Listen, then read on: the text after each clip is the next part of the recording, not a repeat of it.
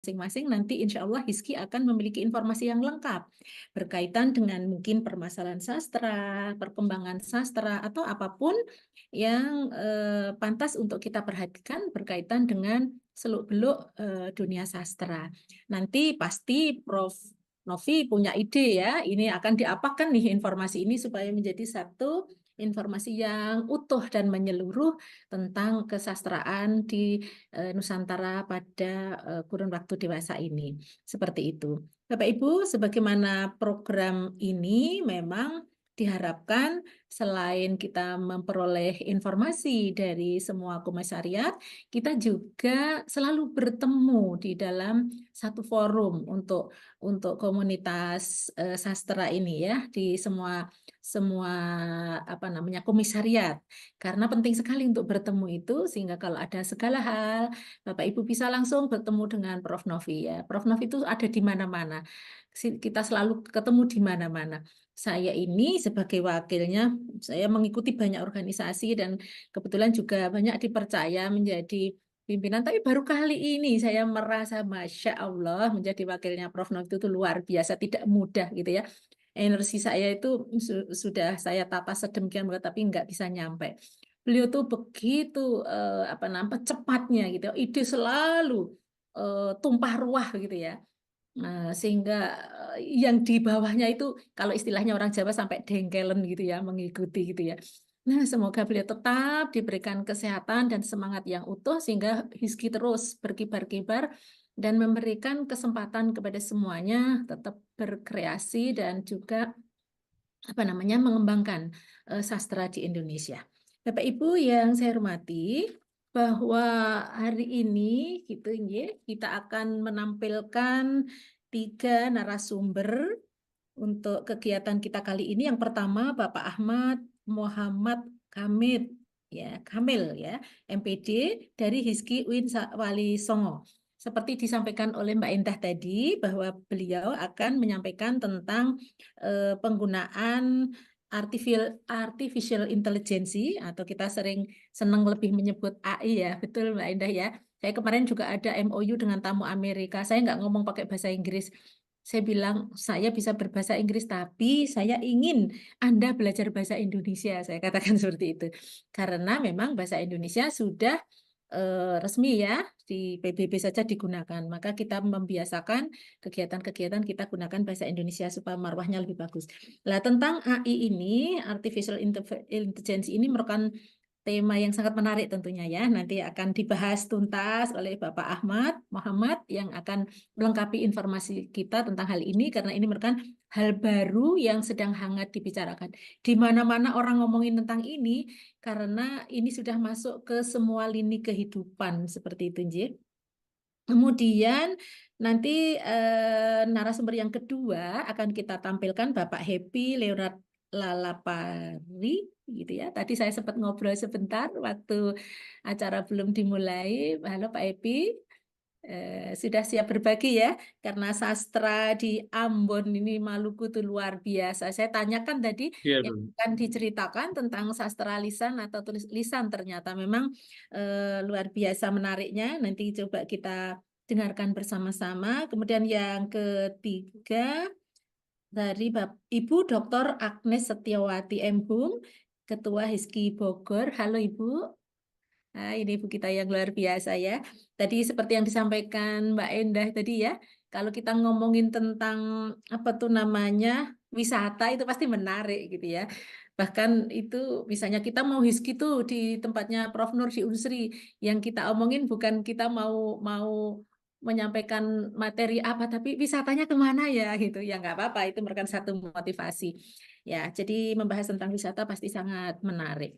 Kembali lagi kepada topik yang artifisial teknologi tadi, Bapak Ibu, kita sebagai pemerhati sastra pantas untuk peka dan juga mengikuti perkembangan ini tidak bisa abai karena memang langsung maupun tidak langsung akan mempengaruhi tatanan kehidupan pun berkaitan dengan tata tulis dalam kita menghasilkan karya sastra atau menikmati karya sastra.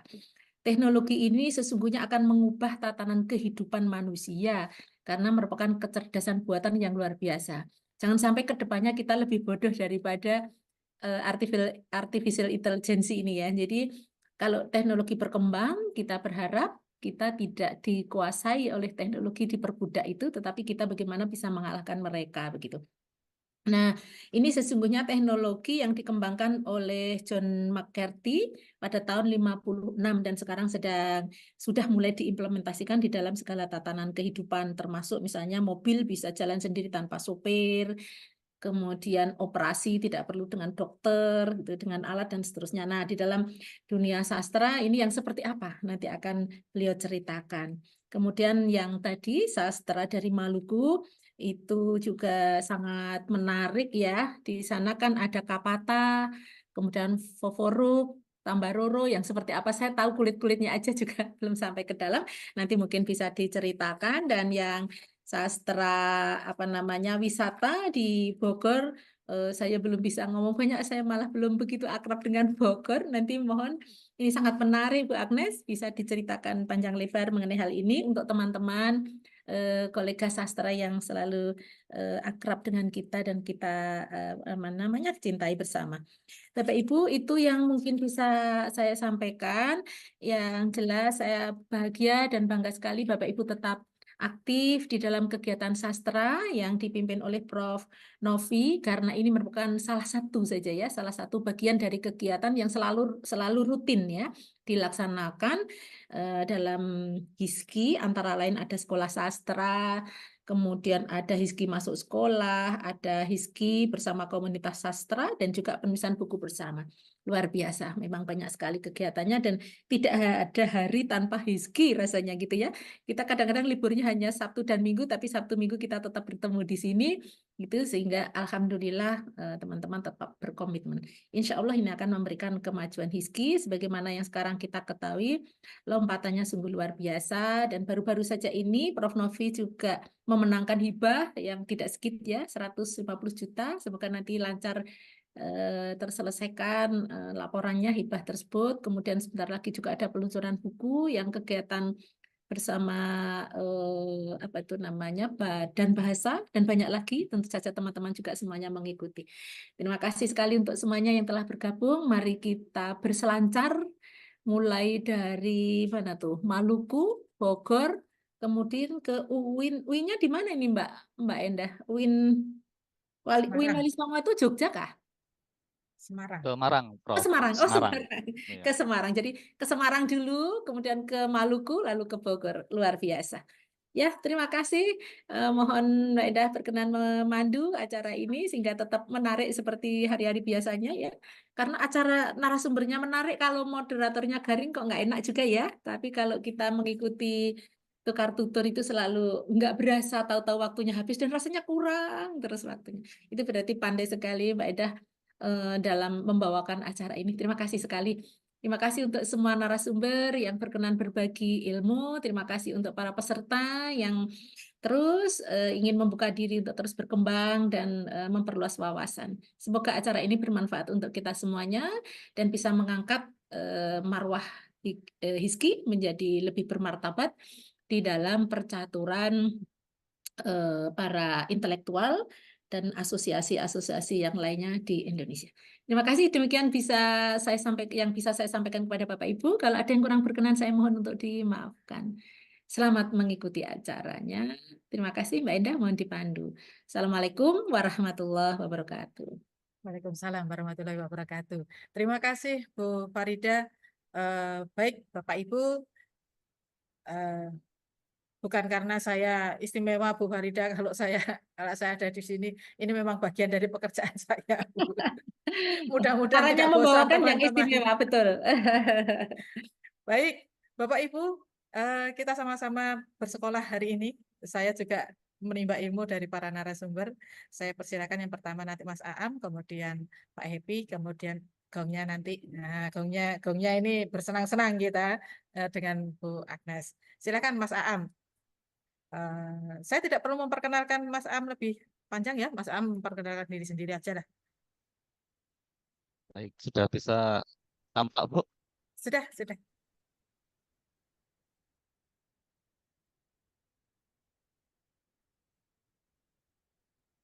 Baik, Bapak Ibu sekalian, Assalamualaikum warahmatullahi wabarakatuh. Waalaikumsalam warahmatullahi wabarakatuh. Yang saya kagumi para guru-guru saya. Jadi ini semua yang ada di Zoom ini dan live ini guru saya Bu Enda. Karena saya paling junior gitu ya. Jadi saya sebetulnya minder dan bahkan sempat di Japri Prof Novi, Ketua Hizki Komisariat dilarang minder. Waduh, apa ini? Karena jujur Rizky Winwali Songo ini baru 2 tahun ya, dan anggotanya ketua sampai anggota itu baru asisten ahli semua Bu Enda. Jadi kalau diminta untuk menceritakan kondisi yang ada di lingkungan Semarang, kami belum bisa karena masih ketat dengan administrasi gitu kan. Terus semut kan disuruh-suruh gitu ya. Kemudian saya menemukan ide yang tiba-tiba yang lewat dimulai dari semester 1 yang lalu. Saya curiga loh, mahasiswa angkatan 2023 ini kok bagus-bagus ya tulisannya, kok rapi-rapi ya tulisannya, padahal baru semester 1 gitu kan. Itu sayangnya tulisan bagus dan rapi itu kan peroleh setelah mata kuliah Bahasa Indonesia MKU atau karya ilmiah gitu ya. Ternyata tahun lalu yang semester 1 kok bagus-bagus, saya curiga. Ternyata saya kulik-kulik mereka jujur ya Pak pakai AI. Oh gitu caranya. Gitu kan. Kemudian semester lalu juga semester genap ini ternyata tidak hanya tugas ilmiah, tugas-tugas non fiksi juga mereka dibantu dengan AI gitu kan. Nah, dalam kesempatan ini saya ingin bertutur mengenai penggunaan AI dalam penulisan sastra. Sebagaimana kita tahu, kemajuan AI telah membuka pintu bagi para penulis dan kreator untuk mengembangkan karya. AI dapat membantu dalam berbagai aspek, baik melalui ide, struktur cerita, atau bahkan penulisan konten atau pengolahan konten yang lebih menarik gitu. Dan saya Ahmad Muhammad Kamil, berasal dari Surabaya, nyantol di Semarang baru 2 tahun. Dulu suka ngopi dengan Bu Endah di kantin Bu Riyadi Unesa gitu kan. Dan mengenai potensi sendiri, AI jelas memiliki potensi yang tak terbatas ke depannya ya.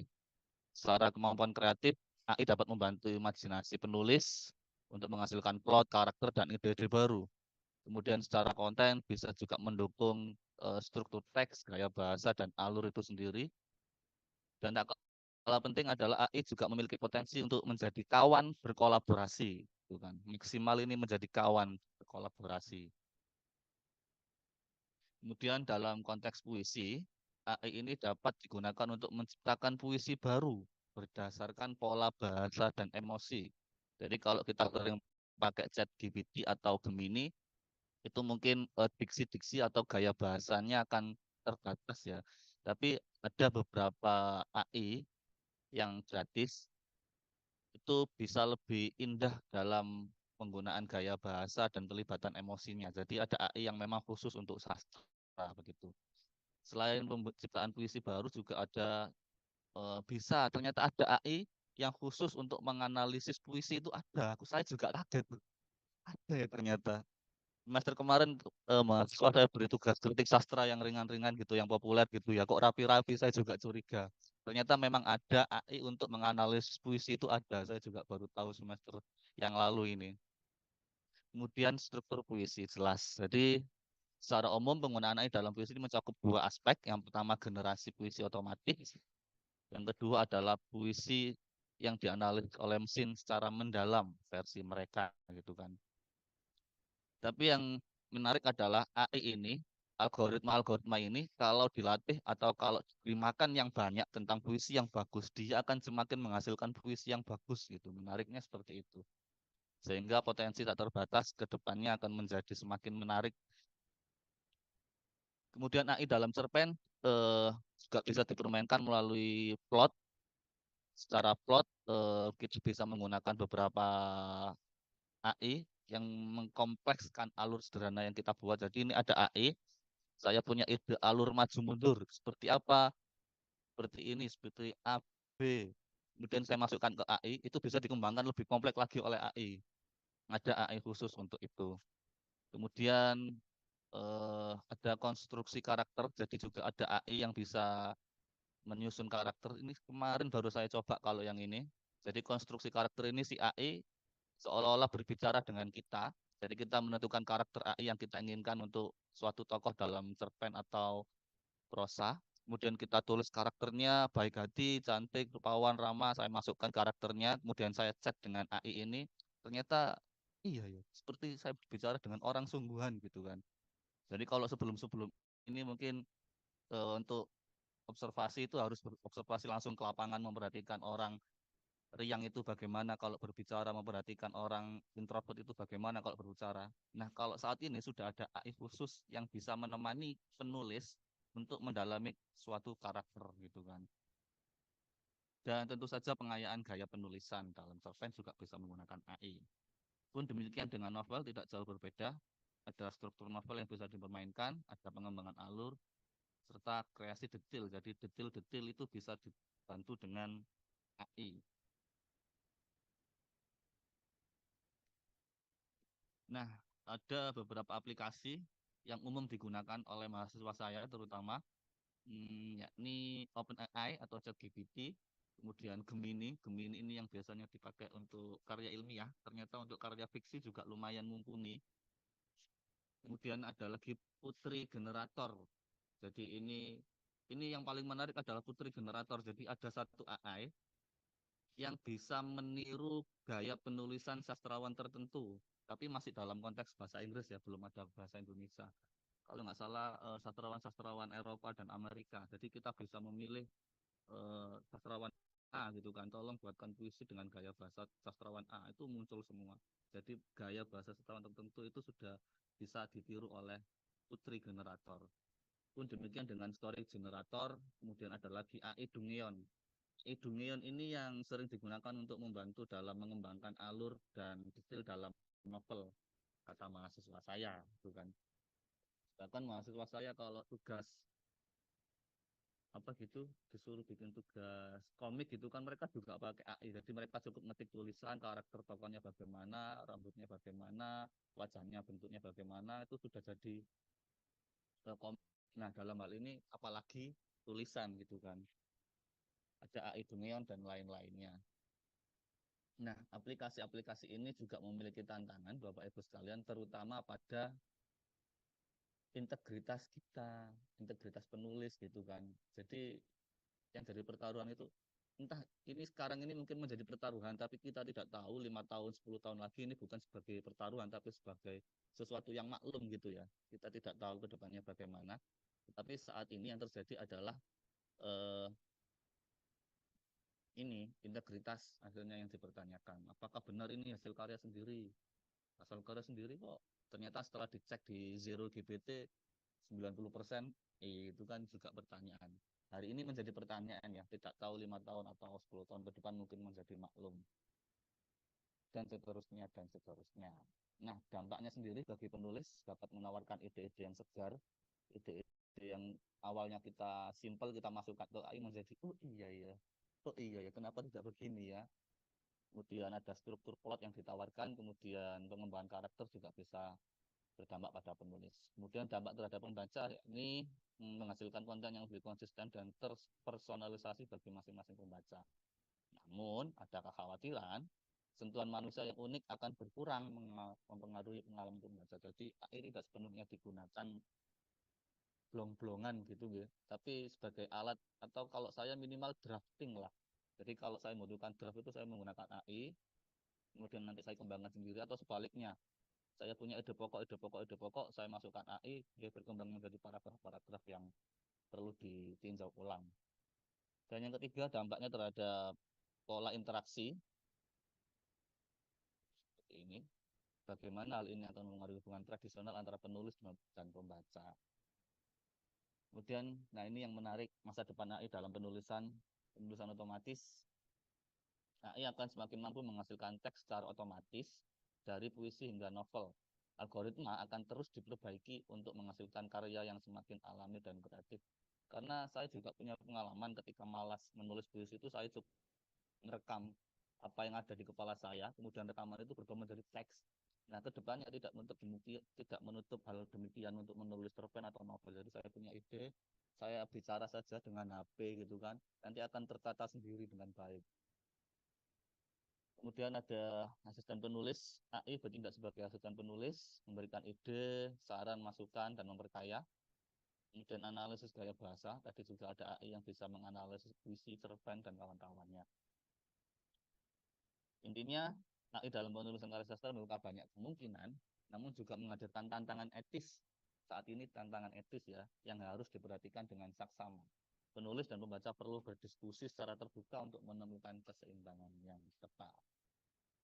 Begitu pancingan dari saya, Bu Enda, mungkin nanti bisa ditambah-tambah oleh guru-guru yang ada di grup. Baik, terima kasih Mas Aam. Ini ngeri-ngeri sedap kalau melihat paparannya Mas Aam ini. Apa ya? Memang membantu, tapi ada gesekan-gesekan. Nah, ini nanti seperti apa kita akan diskusi bersama. Karena memang membantu kok, memang membantu. Untuk pekerjaan awal ini memang membantu. Tapi apakah kalau dalam sastra pengembangannya akan seperti apa? Nah, ini yang harus kita cermati bersama-sama. Baik, terima kasih Mas Aam. Bapak Ibu para peserta kalau ingin bertanya silakan menulis di kolom chat. Kemudian semua materi pasti akan dibagikan oleh teman-teman panitia. Kemudian daftar hadir jangan khawatir nanti akan dibagikan, tetapi menunggu sampai paparan para narasumber selesai ya Bapak Ibu. Jadi pasti nanti akan dibagikan daftar hadirnya. Baik, saya simpan untuk AI ini, kemudian saya meloncat ke Ambon. Saya menemui Pak Happy. Terima kasih banyak Pak Happy sudah mau berbagi. Saya bisa langsung ke Pak Happy ya. Pak Happy silakan, ini kesempatannya utuh untuk Pak Happy. Silakan. Baik, terima kasih Bu Moderator, Bu Ketua, Bapak Ibu Pengurus Pusat HISKI, teman-teman Ketua Komisariat HISKI Setanah Air, para peserta yang hadir saat ini. Ya, Assalamualaikum warahmatullahi wabarakatuh. Salam sejahtera bagi kita sekalian. Secara khusus saya ingin menyapa senior saya, Prof. Nota Nubun, yang sudah hadir lebih awal tadi. Ya, Bapak Ibu, membahas sastra tanah dan jejak literasi di Maluku ini kita akan berselancar di masa lalu Maluku. Nah, Maluku ini sebenarnya dalam semua hal seksi. Kenapa? Ada 4 peristiwa besar dan itu peristiwa yang benar-benar terjadi di dunia, 4 peristiwa sangat fundamental. Yang pertama karena misi pencarian rempah-rempah, Pulau Rempah Cengkepala itu, lalu terjadilah pelayaran mengelilingi bumi pertama kali karena misi mencari Maluku sebagai Pulau Rempah. Kemudian ada penemuan kompas sebagai penentu arah. Kemudian direvisinya teori bumi itu bulat ya. Jadi karena pelayaran itu lalu muncullah teori bahwa bumi itu bulat. Dan hal yang menyedihkan adalah karena misi mencari Maluku lalu terjadi kolonialisme di hampir di seluruh dunia dan Indonesia dan khususnya juga Maluku menjadi wilayah yang sangat seksi, menjadi pertarungan para negara-negara Eropa. Nah, ada yang menarik di balik pertarungan para kolonialisme di Maluku. Ya, kalau kita lirik pada persoalan bahasa daerah, kemudian bahasa ada sesuatu yang patut kita perjuangkan. Karena ada efek lain ketika masuknya bangsa Eropa, bahasa tanah yang menjadi bahasa asli daerah Maluku menjadi punah sebenarnya. Karena dalam perspektif mereka, hal-hal yang berhubungan dengan bahasa tanah itu pasti berhubungan dengan animisme tentunya. Kemudian di samping mereka lalu mewajibkan masyarakat Maluku untuk wajib menguasai bahasa Melayu agar mereka pun bisa memantau ataupun kepentingan politik mereka bisa jalan di Maluku. Ya, Bapak Ibu, saya sengaja mengangkat topik sastra tanah dan jejak literasi di Maluku. Ini berangkat dari sebuah pengalaman empirik bahwa bahasa tanah pertama kali diteliti oleh almarhum Profesor Dr. Thomas Franz tahun 98, dan sejak itu mata kita sejenak terbuka untuk melirik yang namanya fenomena bahasa tanah itu. Jadi sampai dengan era ini masih ada kajian-kajian yang berfokus pada kajian bahasa tanah itu. Nah, memang harus dilakukan sebuah tindakan pendokumentasian. Nah, kalau berangkat dari itu, lalu saya mendalami bahasa tanah ini, ada sesuatu yang menarik di situ. Bahwa ternyata ketika kita melakukan analisis fenomena bahasa tanah di sana, ya, ternyata akan berjumpa dengan bentuk bahasa tanah. Bentuk bahasa tanah ini sebenarnya adalah bentuk sastra yang ada di masyarakat kita. Dia dibalut dalam sebuah konteks upacara adat, dibalut dalam komunikasi bahasa tanah, tapi esensinya adalah bentuk sebuah sastra.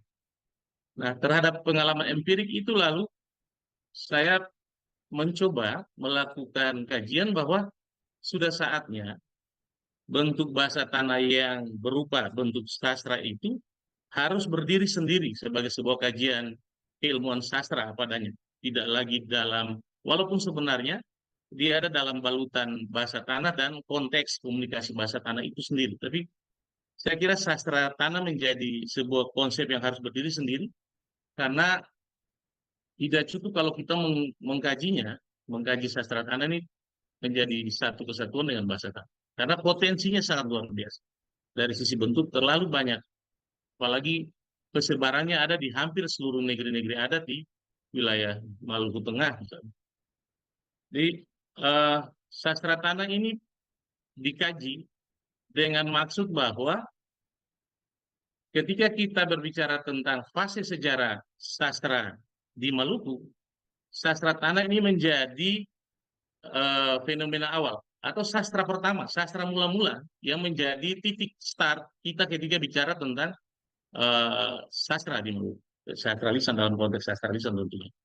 Nah, sehingga kemudian di era abad ke-17 menjadi ya dia berjibaku dengan perkembangan bahasa Melayu Ambon saat itu, dan memang terjadi sesuatu yang sangat luar biasa terhadap apa perkembangan bahasa tanah yang di dalamnya ada sastra tanah dan juga bahasa Melayu Ambon itu. Kemudian jejak literasi yang saya maksudkan dalam kajian ini mengacu pada dimulainya literasi baca tulis pada masyarakat Maluku memasuki akhir abad ke-17 itu. Jadi Bapak Ibu, Maluku mungkin berbeda dengan daerah-daerah di Jawa, di Sumatera yang punya tradisi tulis ya, ada aksara-aksara khusus. Kemudian segala sesuatu bisa ditemukan lewat prasasti-prasasti. Tapi Maluku tidak. Kita memang benar-benar murni berangkat dari sebuah masyarakat murid yang ada dalam tradisi lisan itu. Sehingga seiring waktu sangat rentan terhadap risiko-risiko kepunahan. Kemudian berikut sastra tanah menjadi penanda fase awal sejarah sastra lisan di Maluku. Nah ini, sastra tanah dinamakan, dikonsepkan sebagai penanda fase awal sejarah sastra yang ada di Maluku. Kita berbicara sejarah sastra di Maluku, kita akan memulai dengan mempercakapkan sastra tanah itu sebagai penanda fase awal perkembangan sastra di Maluku. Kemudian nanti ada masuk di fase Melayu dan seterusnya. Kemudian jejak literasi menjadi penanda dimulainya tradisi menulis pada masyarakat Maluku. Nah, jadi jejak literasi ini menjadi penting karena dalam fenomenanya sebagai sebuah konten literasi dia menjadi penanda dimulainya tradisi menulis pada masyarakat Maluku. Kemudian sastra tanah dan jejak literasi menjadi penanda berkembangnya tradisi lisan memasuki tradisi baca tulis pada masyarakat Maluku. Itu kira-kira pertimbangan-pertimbangan yang saya coba eh, sampaikan dalam pengantar mengapa sastra tanah dan jejak literasi di Maluku disandingkan dalam penulisan saya.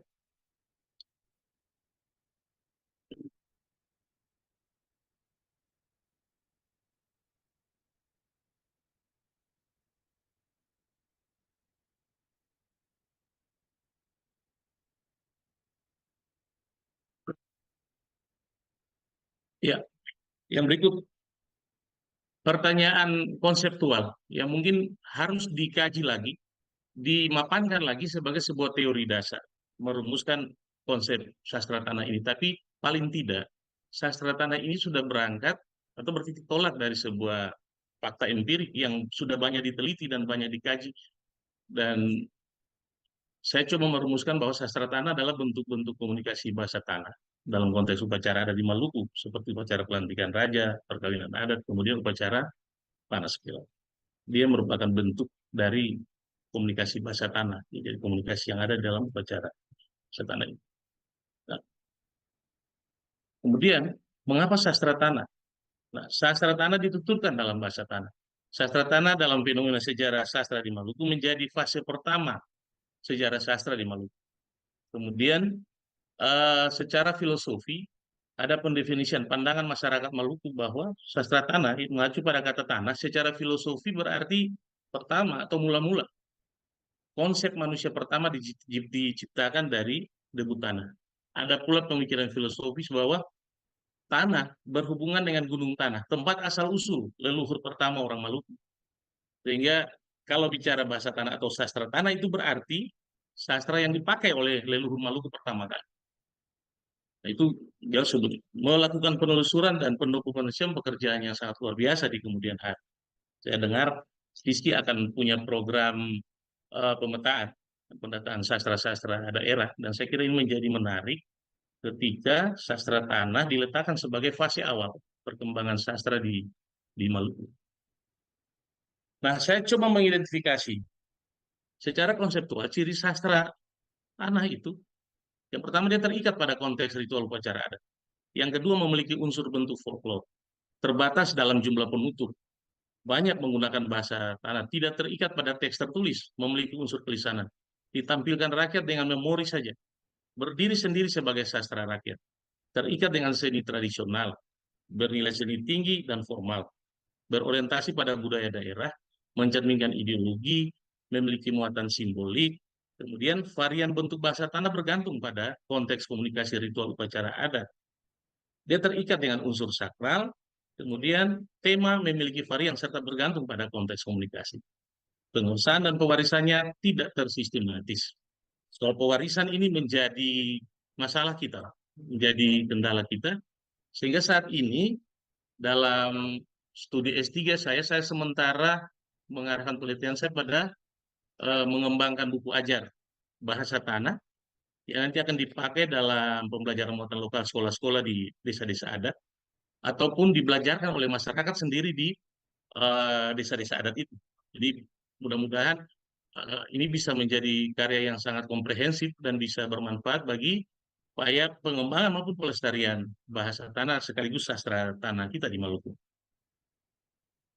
Kemudian, bentuk-bentuk sastra tanah yang teridentifikasi dalam penelitian-penelitian bahasa tanah itu biasanya ada gelar atau jabatan adat, ada penghormatan adat, ada anomastis, kemudian ada ungkapan tradisional, ada puisi rakyat, ada cerita rakyat, ada nyanyian kapata. Nah, Bapak Ibu, potensi sastra seperti ini, karena dia ada dalam konteks upacara adat yang dianggap sangat sakral, kita kadang mempunyai kesulitan di lapangan untuk bisa mendapatkan informasi tentang ini. Tapi kita harus punya banyak cara untuk bisa mendapatnya, karena ini sesuatu yang berbau sakral itu ketika orang lain di luar masyarakat desa datang berjumpa dengan situasi, pasti mereka agak membentengi diri. Ya, ini pengalaman-pengalaman penelitian yang seperti ini yang biasanya.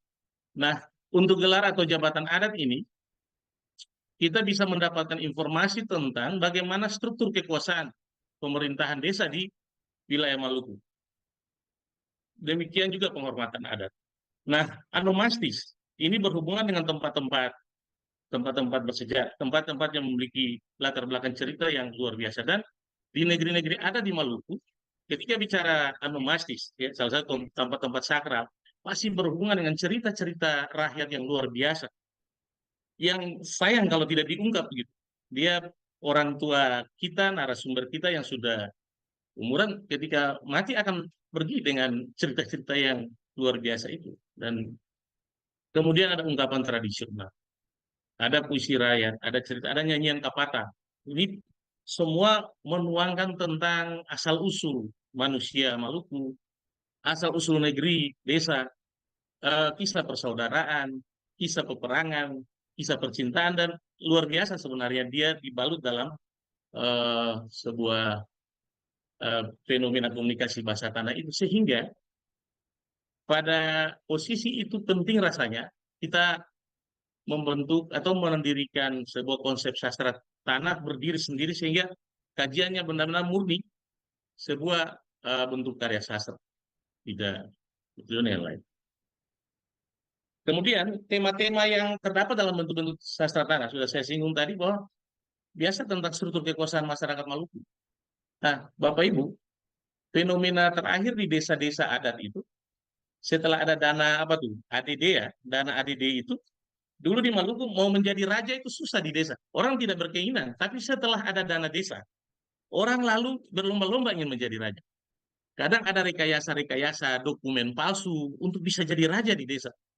Tapi hebatnya ketika kita punya sastra tanah, ya yang bentuk penghormatan adat itu, di struktur kekuasaan ini dia diabadikan dalam entah nyanyian kapata, entah penghormatan adat. Di situ sudah bisa tahu, oh ini marga ini yang berhak sebenarnya menjadi raja, marga ini harus jadi kapitan. Itu jadi dari sisi uh, dasar hukum, sastra tanah ini bisa melegitimasi kekuasaan masyarakat kita di Maluku. Orang tidak akan berani macam-macam karena ini benar. Sudah sejak orang tua dituturkan. Tidak bisa macam-macam di situ. Muncul dokumen palsu itu pasti akan dibatalkan.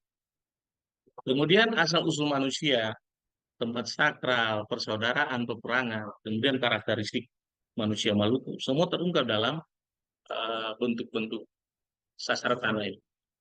Nah, ini Bapak Ibu, contoh bentuk penghormatan adat. Penghormatan adat ini biasanya di Maluku ketika memulai sebuah ritual adat akan diawali dengan yang namanya penghormatan adat.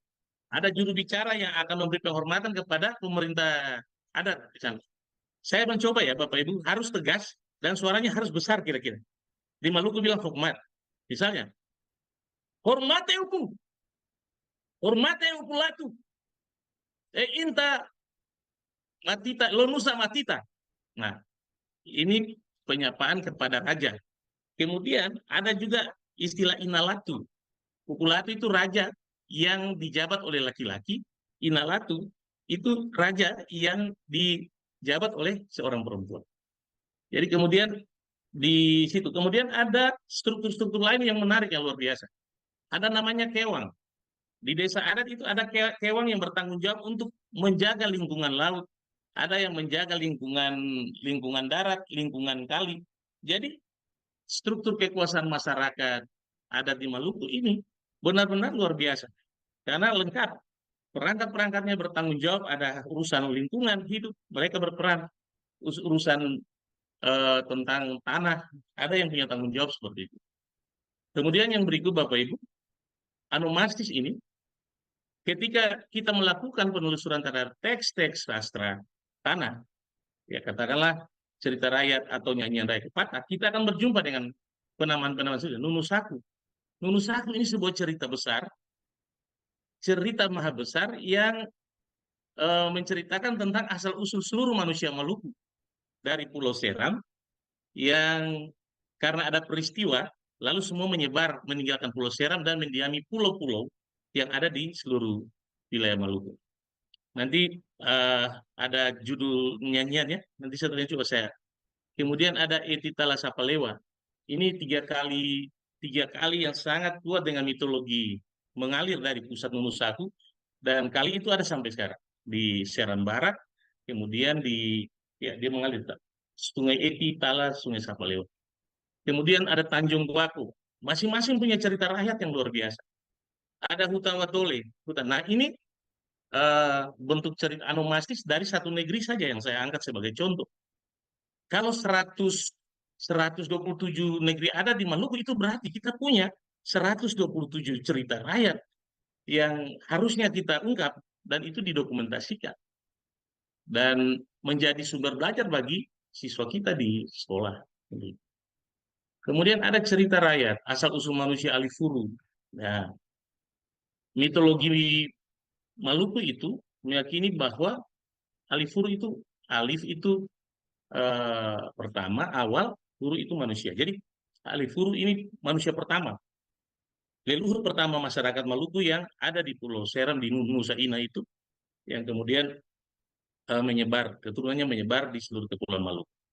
Kemudian ada kisah Rapia Hanuela. Ini perempuan cantik yang menjadi malapetaka besar di Pulau Seram. Karena kecantikannya terjadi peperangan luar biasa. Akhirnya semua orang yang tinggal di Pulau Seram di Nunusaku berpencar. Mereka saling perang dan masing-masing mencari mencari apa tempat yang aman, dan akhirnya mereka menyebar di seluruh pulau-pulau di Maluku. Dan cerita-cerita ini sangat menarik kalau dikisahkan di.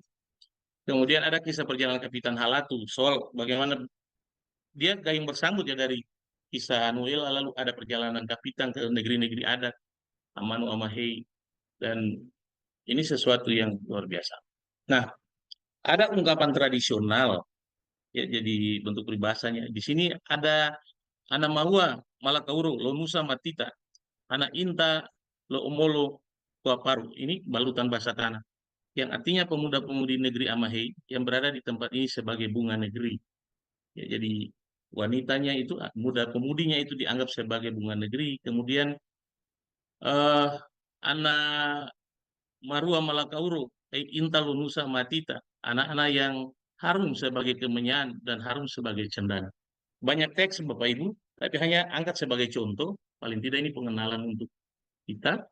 Kemudian ada puisi rakyat yang biasanya eh, dalam konteks sastra tanah bisa dinyanyikan ataupun bisa dituturkan saja. Dan ini misalnya suitunya Helete ini kisah tentang Nunusaku tadi, cerita Nunusaku yang ada di bagian cerita rakyat tadi. Saya coba melantunkan. Suitunia hey, hey lete, hey lete, hey lete, nunusaku, nunusaku. Jadi tema lagu ini menceritakan tentang asal-usul kita dari Nunusaku itu, pusat pulau apa pulau Ibu Seram itu. Nah, dalam teks bahasa Indonesia kalau Bapak Ibu sudah dengar itu yang pernah dipopulerkan oleh Pak Set, penyanyi senior Maluku Pak Set Leka Tombes itu, Melayu sudah diindonesiakan. Dari ujung Halmahera sampai Tenggara jauh, katong semua basudara, Nusa Inanya Sio, katong semua dari sana. Nah, itu ikatan-ikatan yang sudah ditransformasikan dalam bahasa Indonesia, bahasa Melayu, dan menjadi sesuatu yang luar biasa. Orang Maluku ketika ada di tanah rantau mendengar lagu itu pasti bisa bisa merinding atau bisa ya semangat daerahnya itu luar biasa. Kemudian ada nyanyian kapata. Ini pun biasanya dinyanyikan pada saat mengiring tarian perang Cakalele, mengiring prosesi mengelilingi upacara ketika raja dikukuhkan di Baileo rumah adat. Hei hei oh yama hei yama nusa yama ama hei hei hei yo hei. Itu bahasa tanah. Jadi, sastra tanah itu beda dengan Melayu Ambon lagi betul. Nah itu eh, kira-kira potensi itu yang karena begitu syarat bentuk dan maknanya makanya harus dikonsepkan secara sendiri sebagai bentuk sastra sastra lisan, dan penamaannya harus dengan namanya sastra tanah itu karena filosofi masyarakat kita tadi yang sudah saya jelaskan. Kemudian Bapak Ibu, kenapa saya mengawinkan judul sastra tanah dengan jejak literasi, karena sebenarnya memiliki benang merah sebenarnya. Nah, jejak literasi yang dimaksud adalah literasi baca tulis. Nah, tonggak literasi baca tulis dimulai saat berkembangnya bahasa Melayu Ambon di akhir abad ke-17. Jadi memang akan menarik kalau ini akan dikaji secara tersendiri. Murni literasi dan sastra daerah. Saya coba mengangkat ini karena memang dalam fakta sejarah sastra tanah dan literasi baca tulis di Melayu Ambon di akhir abad 17 itu sama-sama berjibaku. Jadi eh, bahasa tanah atau sastra tanah ini tenggelam karena begitu kuatnya pengaruh Melayu Ambon di akhir abad ke-17. Dan bisa dibayangkan dari abad 17 sudah mengalami proses kepulusan terus sampai dengan, wah itu sudah sangat luar biasa. Kemudian berkembangnya bahasa Melayu Ambon sangat berpengaruh pada perkembangan bahasa tanah di Maluku. Ya. Jadi ini bagian dari pertarungan bahasa yang ada di Maluku.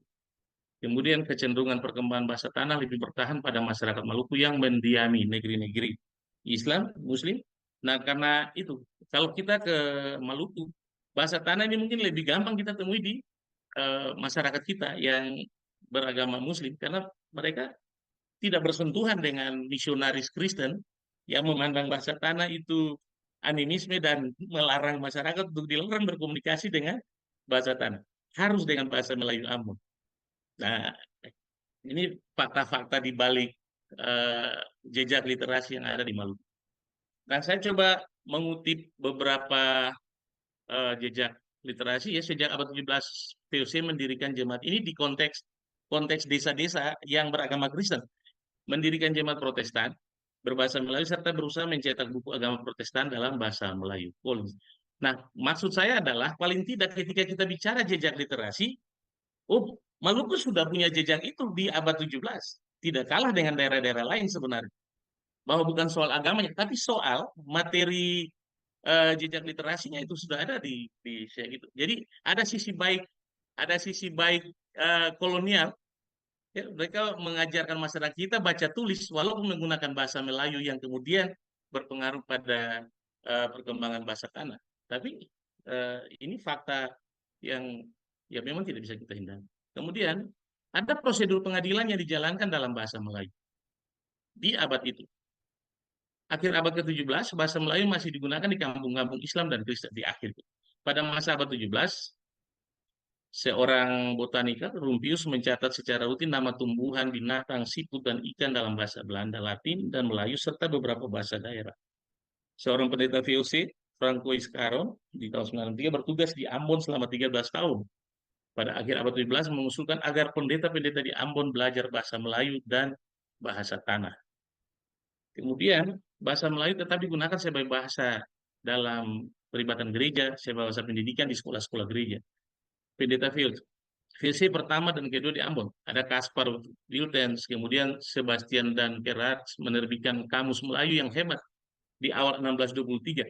Jadi di tahun itu mereka sudah bisa melahirkan kamus Melayu Belanda Melayu. Ini luar biasa. Mereka misionaris yang ternyata punya peran luar biasa terhadap perkembangan bahasa Melayu di Maluku di abad 17 itu, abad 16 itu.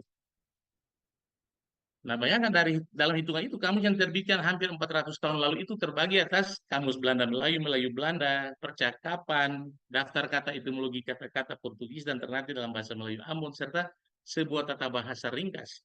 Sudah dibuat di tahun-tahun itu. Dan saya kira saya harus memperkenalkan ini sebagai rangkaian jejak literasi kita di Maluku.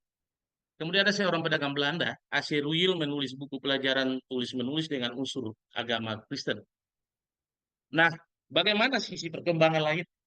100 tahun dari fase itu, ada seorang pendeta Belanda, Valentin, tahun 1760, berpendapat bahwa orang Islam, terutama petugas agamanya, berbicara bahasa Melayu jauh lebih baik daripada orang Kristen dan mampu membaca buku Melayu huruf Arab yang bernilai tinggi, serta menyalin dan pinjam-meminjam kitab-kitab tersebut.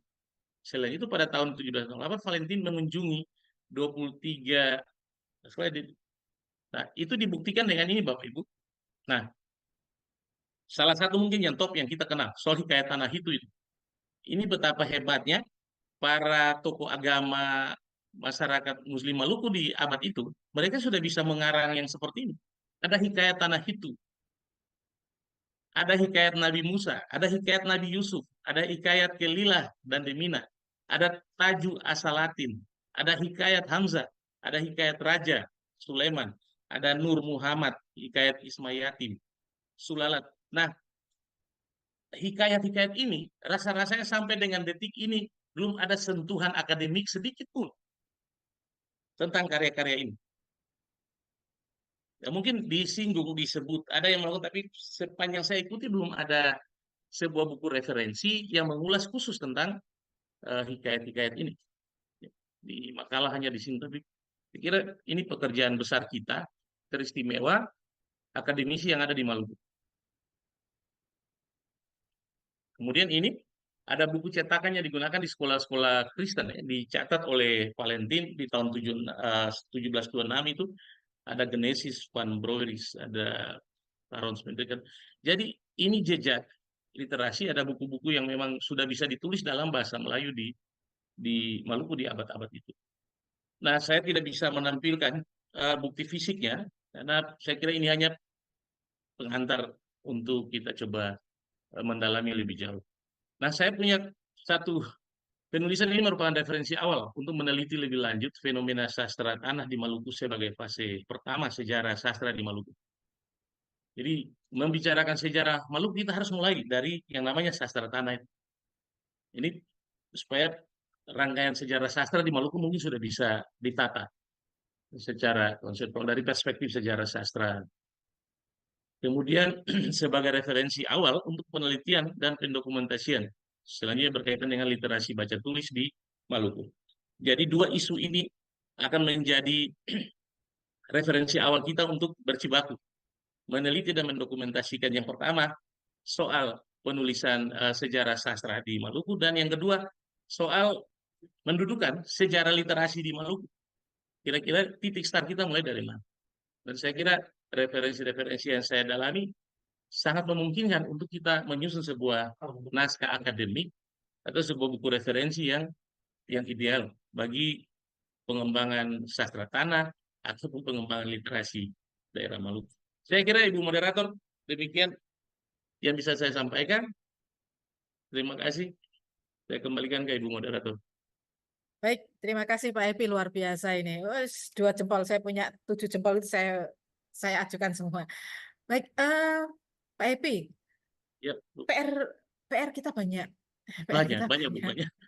Nah, ini saya senang ketika Pak Epi tadi membuat bahan ajar seperti itu, tetapi masih ada 127 apa tadi 127 wilayah yang punya Iya, sastra masing-masing, punya kisah sendiri-sendiri, dan itu belum disentuh. iya, Ayo Pak Epi, itu teman-teman akademisi di Maluku digontoki supaya supaya iya, meminta mahasiswanya turun begitu ya, mahasiswa iya, turun meneliti satu persatu lah, iya, dibagi-bagi. Dengan begitu semestaan Nusantara ini bisa terwujud. Ini PR besarnya iya, HISKI kalau semestaan ini, dan di Maluku memang luar biasa. Dan saya iya. agak ini ya, agak iri begitu ya, Tuhan itu mengaruniakan suara yang indah pada teman-teman di timur itu ya. Jadi Untuk menghibur yang di lain-lain, Bu. begitu ya, memang apa ya, sastranya itu berlagu dan dilakukan oleh semua penikmat, tidak seperti misalnya seperti saya begitu ya, saya hanya menyaksikan sinden menyanyikan, tapi saya kan tidak bisa mengeluarkan suara itu. Tetapi kalau di Maluku kan semuanya ikut menyanyi, Iya. dan Makan itu, papeda, Bu, sama kuah ikan. aduh, belum berani Pak saya Pak, nanti nyepres semua. Baik, terima kasih Pak Evi. Iya, Bu. Luar Iya. biasa. Ini pemantik yang luar biasa untuk teman-teman, bukan hanya teman-teman di Maluku, tetapi juga teman-teman yang lain di daerah lain. Coba kita menoleh kanan kiri, tengok di sekitar kita. Siapa tahu memang ada yang tersembunyi yang belum digali Iya. dan diangkat. Terima kasih Pak Evi. Saya Baik, akan ke Bu Agnes, ke Bogor. Bu Agnes, ini waktu full saya serahkan kepada panjenengan, kepada Bu Agnes untuk berbagi tentang wisata Bogor. Bogor itu yang saya tahu itu ya seperti yang ada di buku-buku pelajaran dan di majalah gitu, Bu. Tetapi kalau untuk sastranya yang ada hubungannya dengan wisata, ini pasti Bu Agnes bisa berbagi lebih banyak untuk kami. Silakan Bu Agnes. Ya, baik, saya bisa dibantu share screen oleh panitia. Pak Ferry bisa minta tolong, atau Pak Muslimin?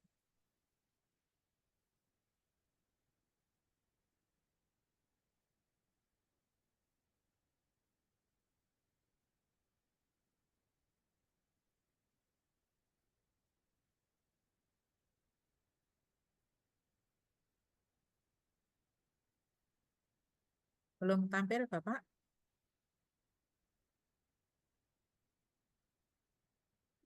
Pak Muslimin, mohon dibantu Bapak.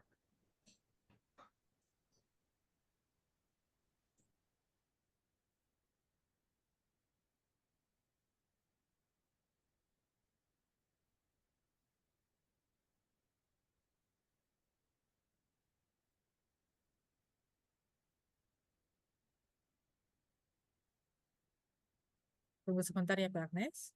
Ya, baik.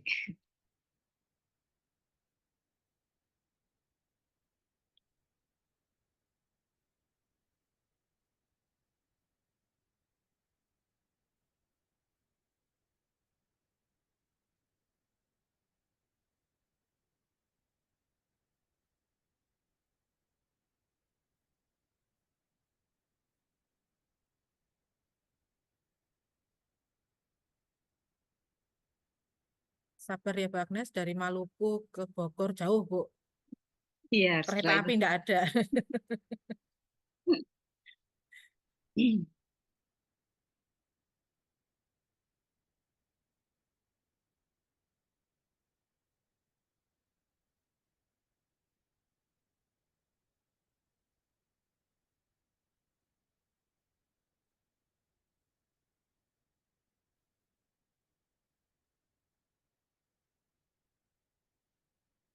itu. Nah, sudah. Terima kasih Pak Muslimin. Silakan, Bu Agnes. Terima kasih Pak Muslimin. Baik, selamat pagi menjelang siang Bapak dan Ibu semua. Salam sehat untuk kita semua.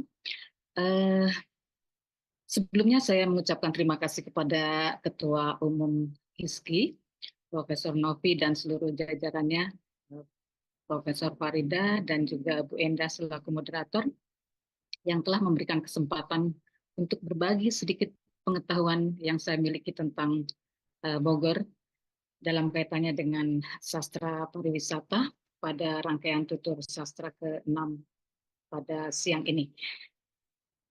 Sebenarnya saya ingin mencoba menyampaikan pemahaman saya dari materi yang saya tangkap setelah mengikuti seri sekolah sastra HISKI tentang topik sastra pariwisata yang disampaikan di antaranya oleh Prof. Dharma Putra dari Bali, kemudian juga Prof. Novi, dan juga pakar-pakar lainnya.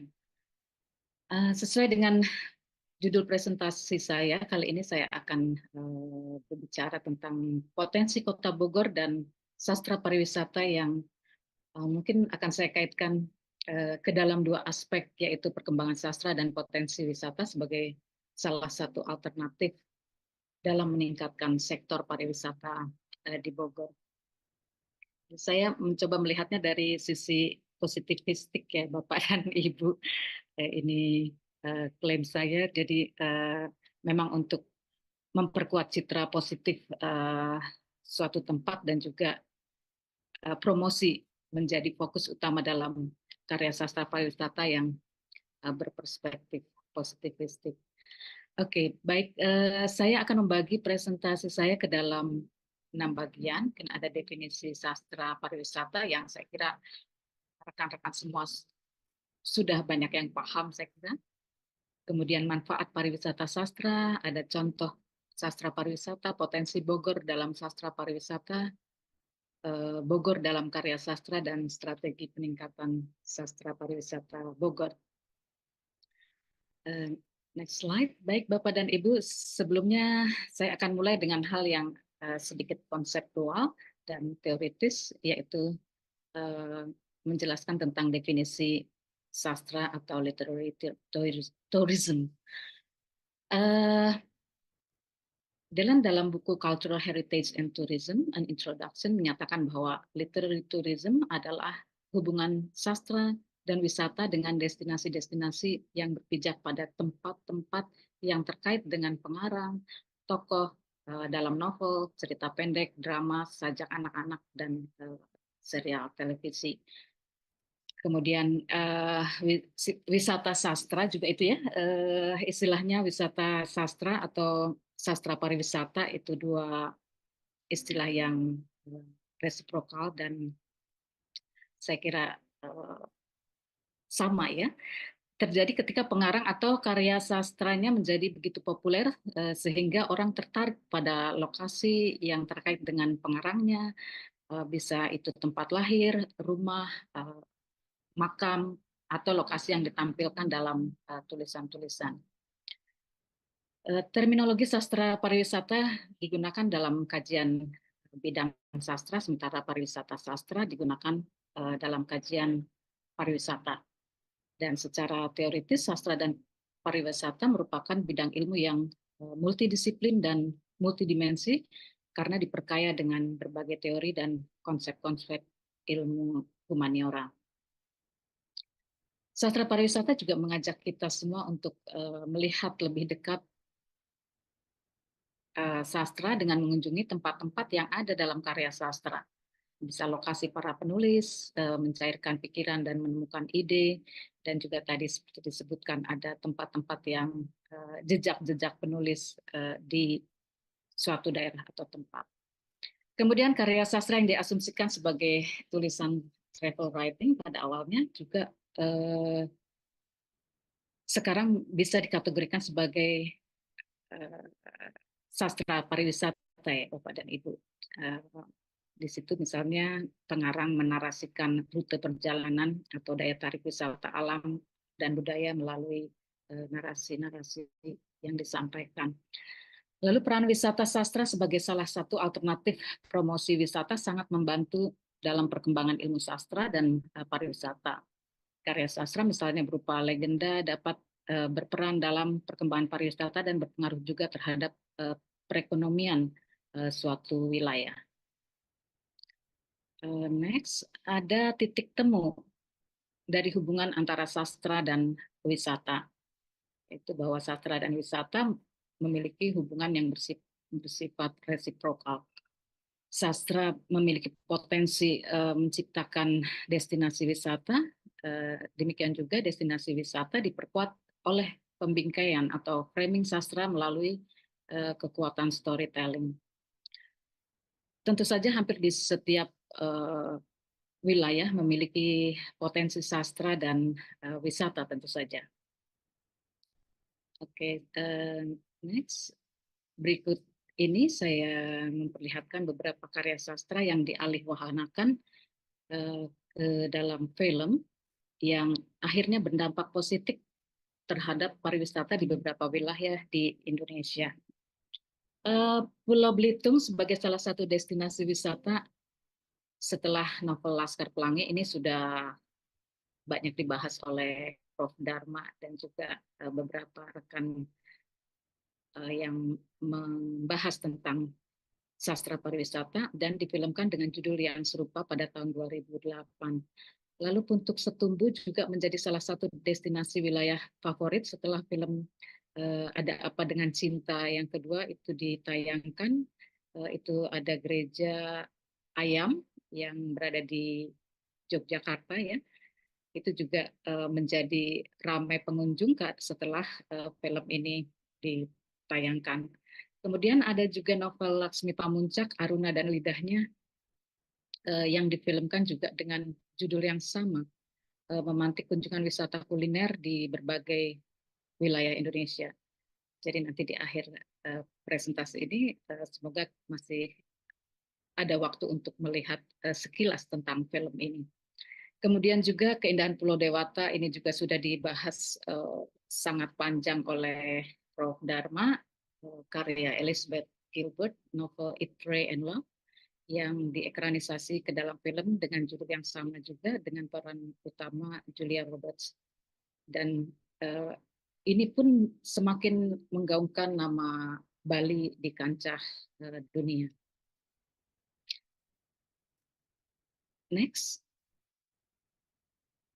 Jadi saya ingin menyampaikan manfaat dari sastra wisata kira-kira membuat pengunjung domestik dan asing mengenal eksistensi kehidupan sastra di suatu wilayah dan prestasi sastrawannya. Kemudian bisa juga keterlibatan ilmu sastra di dalam usaha pariwisata memperlihatkan kontribusi dalam upaya mengembangkan ekonomi kreatif bangsa. Dan juga memantik rasa ingin tahu pengunjung melalui interpretasi yang disajikan dengan mengetahui panduan dari daerah-daerah yang dituliskan di dalam karya sastra, kemudian juga bisa memperkuat jiwa kebangsaan wisatawan domestik dan juga menginternalisasi budaya lokal kepada wisatawan asing. Kemudian menjaga nilai-nilai artistik dan estetika yang merupakan warisan budaya.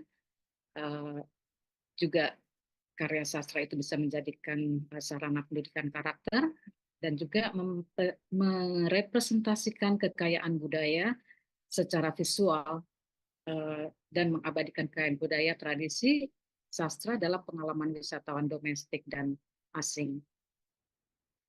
Berikutnya, saya akan menjelaskan potensi yang dimiliki oleh Kota dan Kabupaten Bogor. Mungkin di sini dari aspek sejarah, Bogor memiliki peran penting dalam sejarah Sunda terutama, salah satu kebudayaan yang masih bertahan di antara 189 kebudayaan yang ada di dunia, dengan berbagai objek bernilai sejarah. Misalnya Kebun Raya, mungkin yang sudah terkenal, dan saya kira Bapak dan Ibu ada yang sudah pernah pergi ke Kebun Raya. Kemudian ada Istana Bogor. Di Bogor juga ada makam salah satu maestro pelukis Indonesia, yaitu Raden Saleh. Lalu ada juga makam Bapak Roman Modern Indonesia Marah Rusli, yang ternyata beliau pernah tinggal dan bekerja di Bogor, ya. Padahal novelnya terkenal di Padang dan situs-situs wisatanya yang terkait sastra itu ada di Padang Siti Nurbaya dan perjalanan Siti Nurbaya. Kemudian ada juga makam Bapak Pers Indonesia, Raden Mas Tirto Adi Suryo, yang namanya juga diabadikan kemudian sebagai salah satu jalan di Kota Bogor. Tirto Adi Suryo ini menginspirasi Pram dalam tulisan-tulisannya, sehingga sebetulnya sangat menarik untuk menelusuri jejak Pram dan Tirto Adi Suryo di Bogor barangkali, untuk nanti bisa ditelusuri jejak-jejaknya. Kemudian ada juga makam pujangga pendiri HISKI, Profesor Sapardi Djoko Damono, yang ini juga luar biasa perannya terhadap HISKI dan juga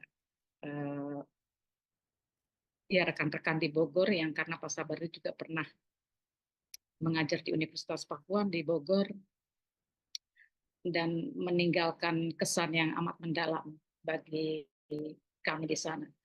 Kemudian ada Masjid Agung Empang, ada Museum Peta, ada Hotel Salak The Heritage. Di sini kabarnya Iwan Simatupang juga pernah tinggal selama 4-5 tahun kabarnya di kamar nomor 55 di seberang Istana Bogor, ya. Ini letaknya Hotel Salak The Heritage. Ada juga prasasti batu tulis yang terdapat di Bogor juga, dan beberapa peninggalan-peninggalan yang lainnya. Slide berikutnya. Ya, ini gambar-gambar yang menunjukkan ada makam Pak Sapardi, Raden Mas Tirto, kemudian prasasti batu tulis, dan yang tadi saya sebutkan. Berikutnya. Ya, ini kira-kira sastrawan-sastrawan yang punya jejak-jejak di Bogor yang mungkin nanti menarik minat kita semua yang ada di HISKI untuk meneliti dan menelusuri jejak-jejak beliau-beliau ini. Oke, kemudian berikut selanjutnya ada aspek geografis Bogor yang coba saya bagi menjadi Kota Bogor dan Kabupaten Bogor, karena letak geografis Bogor ini sangat luas, Bapak dan Ibu, jadi dan memiliki tempat-tempat destinasi yang indah alamnya dan belum belum tergali oleh barangkali pegiat pariwisata maupun para sastrawan. Jadi Bogor ini dikelilingi oleh Gunung Salak, ada Gunung Pangrango, Gunung Gede, air terjun di wilayah-wilayah kabupatennya. Kemudian sebagai kota hujan, Bogor juga dialiri oleh Sungai Ciliwung, Cisadane, Cipakancilan, Cidepit, Ciparigi, Cibalok, dan banyak lagi. Kadang Bogor didakwa sebagai penyebab banjir di Jakarta ya, Bapak dan Ibu. Kemudian Kabupaten Bogor juga sangat luas dan ini potensi wisatanya juga banyak. Jadi di kabupaten itu ada 64 desa wisata yang belum terlalu banyak dikunjungi oleh para wisatawan dari luar. Oke, kemudian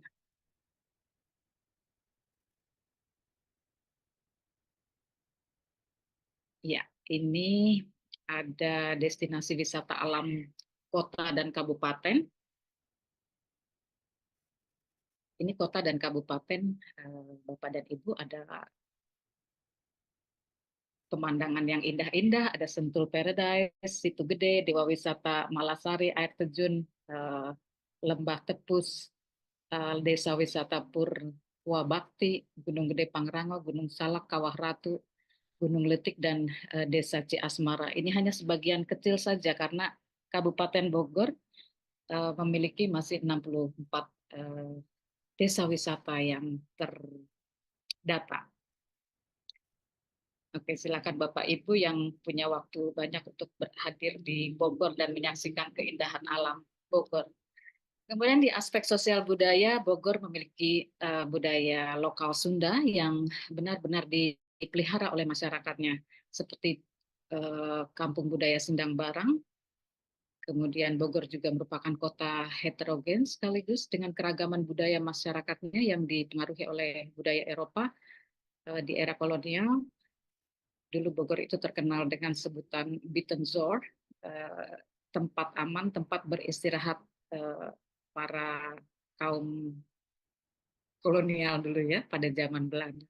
Kemudian ada etnis Tionghoa dan masyarakat lokal yang datang dari luar Bogor dan meresidensi Bogor. Kabupaten Bogor tadi sudah saya sebutkan ada 64 desa wisata. Baik, kemudian ya, ini tadi Kampung Budaya Sendang Barang, mereka juga memiliki legenda-legenda dan cerita rakyat yang menarik untuk diangkat sebagai tulisan yang masih ada dan masih diabadikan oleh masyarakatnya. Nanti bisa mungkin sudah ada yang inventarisasi, tapi tidak semua sudah dilakukan di desa-desa yang begitu banyak. Kemudian ini juga beberapa contoh perayaan Imlek, Cap Gomeh yang selalu meriah. Di situ ada festival budaya. Kemudian juga di situ ada Pura Parahyangan Agung Jagatkarta. Ini adalah pura terbesar kedua di Indonesia setelah Pura Besakih, dan di sini dikabarkan ada legenda yang menceritakan bahwa disinilah petilasan terakhir Prabu Siliwangi sebelum beliau mengalami moksa atau mencapai moksa ya. Oke, kemudian berikutnya adalah contoh wisata kuliner juga yang ada di Bogor. Tentu Bapak dan Ibu yang sering berjalan-jalan ke Bogor mungkin sudah pernah menikmati masakan atau kuliner legendaris Bogor yang memiliki ragam kudapan Nusantara yang sudah ada sejak dulu dan memiliki banyak peminat. Ada asinan Bogor, ada sotomi, kemudian lapis sangkuriang, laksa, dan lain-lain. Kemudian di slide berikutnya juga banyak cerita rakyat di wilayah Bogor. legenda-legenda yang terkait dengan tempat-tempat yang ada di Bogor. Misalnya Tugu Kujang, itu dari Kerajaan Galuh Pakuan. Dikatakan dulu terdapat satu kerajaan yang bernama Kerajaan Galuh Pakuan. Penduduknya sering membawa barang pusaka untuk melewati kota Bogor dan dipercayai memiliki nilai mitis yang sangat kental. Jadi kujang itulah senjata dari Kerajaan Galuh Pakuan. Juga nama Universitas Pakuan diambil dari legenda Kerajaan Pajajaran. Lalu ada juga legenda Gunung Batu, salah satu kota yang mengalami gempa kecil, tentang pertarungan antara kura-kura raksasa dan ular besar yang menyebabkan gempa. Lalu ada juga legenda Telaga Warna Bogor. Di sini ada kisah putri Raja Prabu Sawarna Jaya bernama Gilang Rukmini yang membuang hadiah perhiasan dari ayahnya yang berakhir bencana. Kemudian ada legenda Gunung Putri, kisah seorang putri yang menolak dilamar oleh pangeran jahat. Masih banyak lagi legenda-legenda Bogor yang menjadi daya tarik wisatawan berkunjung ke lokasi-lokasi yang ada di dalam legenda. Berikutnya, baik Bapak dan Ibu, potensi wisata Kota Bogor sebenarnya juga terlihat dari karya baik yang ditulis oleh sastrawan Bogor maupun non-Bogor. Berikutnya.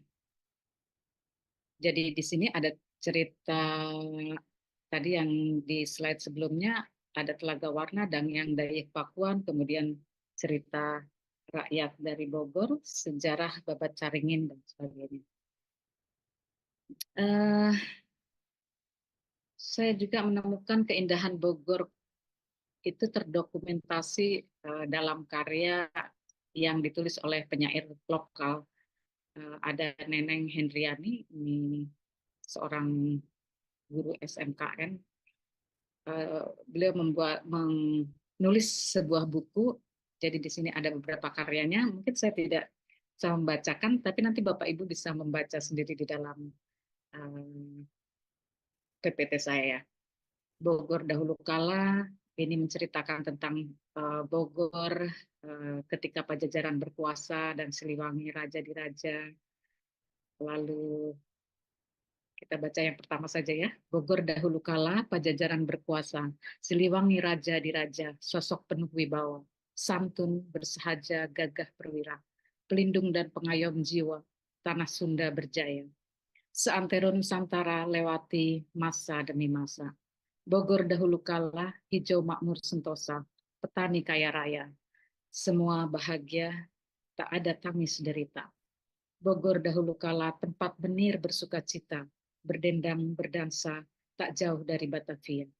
Bogor dahulu kala, istana tak hanya rumah penguasa, rakyat bebas bersua dan bersuara, cerita tentang lara, duka, nestapa. Bogor dahulu kala, di sini aku bercerita tentang asa dan cinta. Untuk Bogor selalu jaya selamanya. Oke, kemudian di sini juga ada Akulah Maung Pajajaran. Maung Pajajaran itu terkait dengan Prabu Siliwangi, kemudian ada juga Pusaka Siliwangi. Lalu bukan hanya ditulis oleh sastrawan lokal, ternyata keindahan Bogor juga pernah ditulis oleh penyair besar Indonesia, yaitu W.S. Rendra, berjudul Bogor, Jasinga, dan Hutan Bogor. Ya. Jadi ini saya baca sedikit saja ya. Di tengah jalan menuju Jasinga, Tuhan mengucapkan selamat sore sambil membukakan tangannya dan memberi pemandangan senjakala. Bis mendaki jalan meninggi, menempuh bau pupuk tanah, di langit perak dan tembaga, di bumi kain jemuran bidadari, dan mentari merendah di puncak kelapa, di sungai yang berbatu. Hanyutlah kesangsianku, angin memasuki lengan baju dan kenangan-kenangan gaib masa kanak-kanakku. Dengan tandas menciumku, lalu padi dan ilalang mulai mengantuk. Mereka berangkat tidur dengan warna suasa. Di rumah-rumah berkolong orang-orang menutup jendela, seorang bocah duduk di tangga, merampungkan makan sorenya. Kemudian, sementara seorang pengail pulang bergegas ke rumahnya, turunlah tanda musim hujan yang pertama, dan dengan ramah Tuhan mengedipkan sebelah matanya. Maka jam 7 lebih sampailah kami ke Jasingan, dan di dalam secangkir kopi yang pertama, kuminumlah senjakala yang baru saja. Jadi di sini W.S. Rendra menuliskan perjalanannya ke Banten ya, yang menemukan karya, kemudian juga ada karyanya orang-orang Rangkas Bitung dalam perjalanannya ke Rangkas Bitung, dan dia diduga mengambil jalan dari Bogor Barat, khususnya Cigudeg, untuk menuju ke sana melewati Jasingan. Kemudian ada juga puisi Hutan Bogor, bisa Bapak dan Ibu baca nanti di slide-nya. Ini sangat indah ya. Kemudian ada juga seorang penyair Budi Setiawan yang menyampaikan gambaran tentang kuliner Bogor, yaitu roti unyil. Bapak Ibu juga bisa membaca nanti. Kemudian yang di bagian akhir ada seorang penulis Bogor juga yang nama penanya itu adalah Kembang Manggis. Beliau Bebi Ahnan menyampaikan cerita atau deskripsi tentang sebuah tempat namanya di Taman Kencana ya. Taman Kencana yang indah. Bapak Ibu nanti bisa mungkin di bagian awal saja, karena ini di bagian awal ini Laila Hudori juga pernah menyebut di dalam novel Pulang deskripsi tentang tempat ini, yaitu ada sebuah tempat, ada jalan yang namanya Jalan Burangrang, Tangkuban Perahu, Papandayan, Cikuray, Ciremai, Megamendung, Gunung Gede. Di situ ada rumah-rumah yang ditinggali dan bernuansa bangunan zaman kolonial. Jadi kalau Bapak Ibu pergi ke Bogor, ke daerah gunung-gunung ini, Bapak dan Ibu akan melihat bangunan-bangunan kuno, apalagi kalau memasuki Taman Kencana, di situ ada juga tempat kuliner yang khas Bogor yang sangat ramai ya dikunjungi oleh penduduk Bogor pada saat weekend biasanya. Oke, baik Bapak dan Ibu, dari paparan saya sebelumnya, saya rasa sastra pariwisata merupakan kegiatan kreatif yang memproduksi karya sastra berupa cerpen, puisi, novel, bisa dikembangkan lebih maksimal lagi. Jadi menurut saya promosi wisata Bogor dalam karya sastra bisa juga dilakukan melalui kolaborasi pihak akademisi, penulis potensial, pemerintah, pembaca, dan pihak-pihak terkait lainnya. Di Bogor juga terdapat slide berikutnya, ada Universitas Pakuan, ada Universitas Muhammadiyah Bogor yang memiliki program studi bahasa dan sastra yang juga bisa nanti mengembangkan pariwisata atau sastra pariwisata ini lebih kuat lagi, artinya bisa diintegrasikan dalam kurikulum untuk mata kuliah penulisan kreatif. Juga di sana ada komunitas budaya dan forum sastra. Juga ada HISKI di Bogor, dan saya sangat berharap nanti Prof. Novi bisa berkolaborasi dengan HISKI Bogor, mungkin dengan kegiatan-kegiatan penelitian atau hal-hal penulisan karya sastra pariwisata agar lebih semarak. Kemudian Bogor juga memiliki beberapa penulis novel ya yang cukup terkenal. Ada Ayu Utami, Vira Basuki, Narswari Ayu Prabowo, Bebi Ahnan, dan lain-lain yang terkait dengan Bogor dan sekitarnya.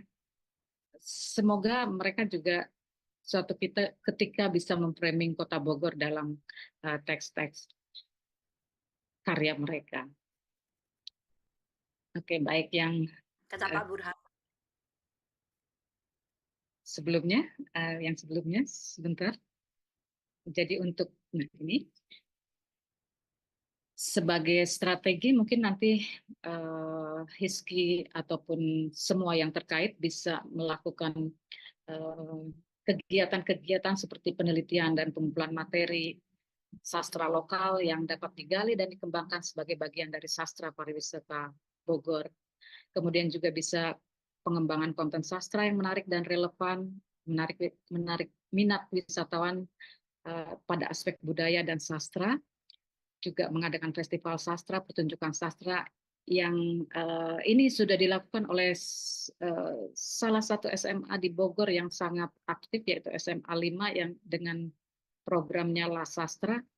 Mereka melakukan kegiatan sastra setiap tahun, mungkin tahun ini yang ke-22.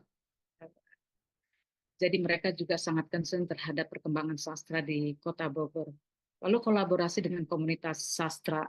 Nah, tentu saja ini bekerja sama dengan penulis lokal, komunitas sastra, penerbit, dan lembaga budaya lainnya. Kemudian forum sastra juga memiliki potensi mengembangkan sastra lokal, lalu bisa juga mengadakan pelatihan dan workshop, kemudian promosi dan pemasaran, kolaborasi dengan pemerintah dan stakeholder lokal, berkolaborasi dengan pemerintah dan juga lembaga pariwisata atau pemangku kepentingan lainnya dalam upaya meningkatkan daya tarik pariwisata budaya di daerah Bogor. Kemudian juga rasanya perlu berkolaborasi dengan para sineas. Kita bisa mencoba memberikan narasi untuk pembuatan film atau dokumenter, mengadaptasi karya sastra lokal menjadi film atau serial televisi. Juga penggunaan lokasi-lokasi syuting, jadi memanfaatkan lokasi yang memiliki nilai sejarah ini untuk memperkenalkan keindahan alam Bogor sebagai lokasi syuting kepada halayak. Juga kolaborasi penulis dan sastrawan, kemudian juga festival sastra. Baik Bapak dan Ibu, demikian kita dapat melihat bahwa melalui perjalanan yang telah kita lakukan bersama, kita melihat keindahan alam dan kekayaan budaya yang ditawarkan oleh Bogor. Mari kita terus memperjuangkan pelestarian dan pengembangan warisan sastra agar Bogor dapat dinikmati oleh generasi mendatang. Terima kasih kepada semua yang telah hadir dan mengikuti presentasi saya. Saya berharap informasi yang telah saya sampaikan dapat memberikan wawasan mengenai potensi wisata sastra di Bogor. Terima kasih, semoga kita dapat terus menjaga dan mempromosikan keindahan dan keberagaman.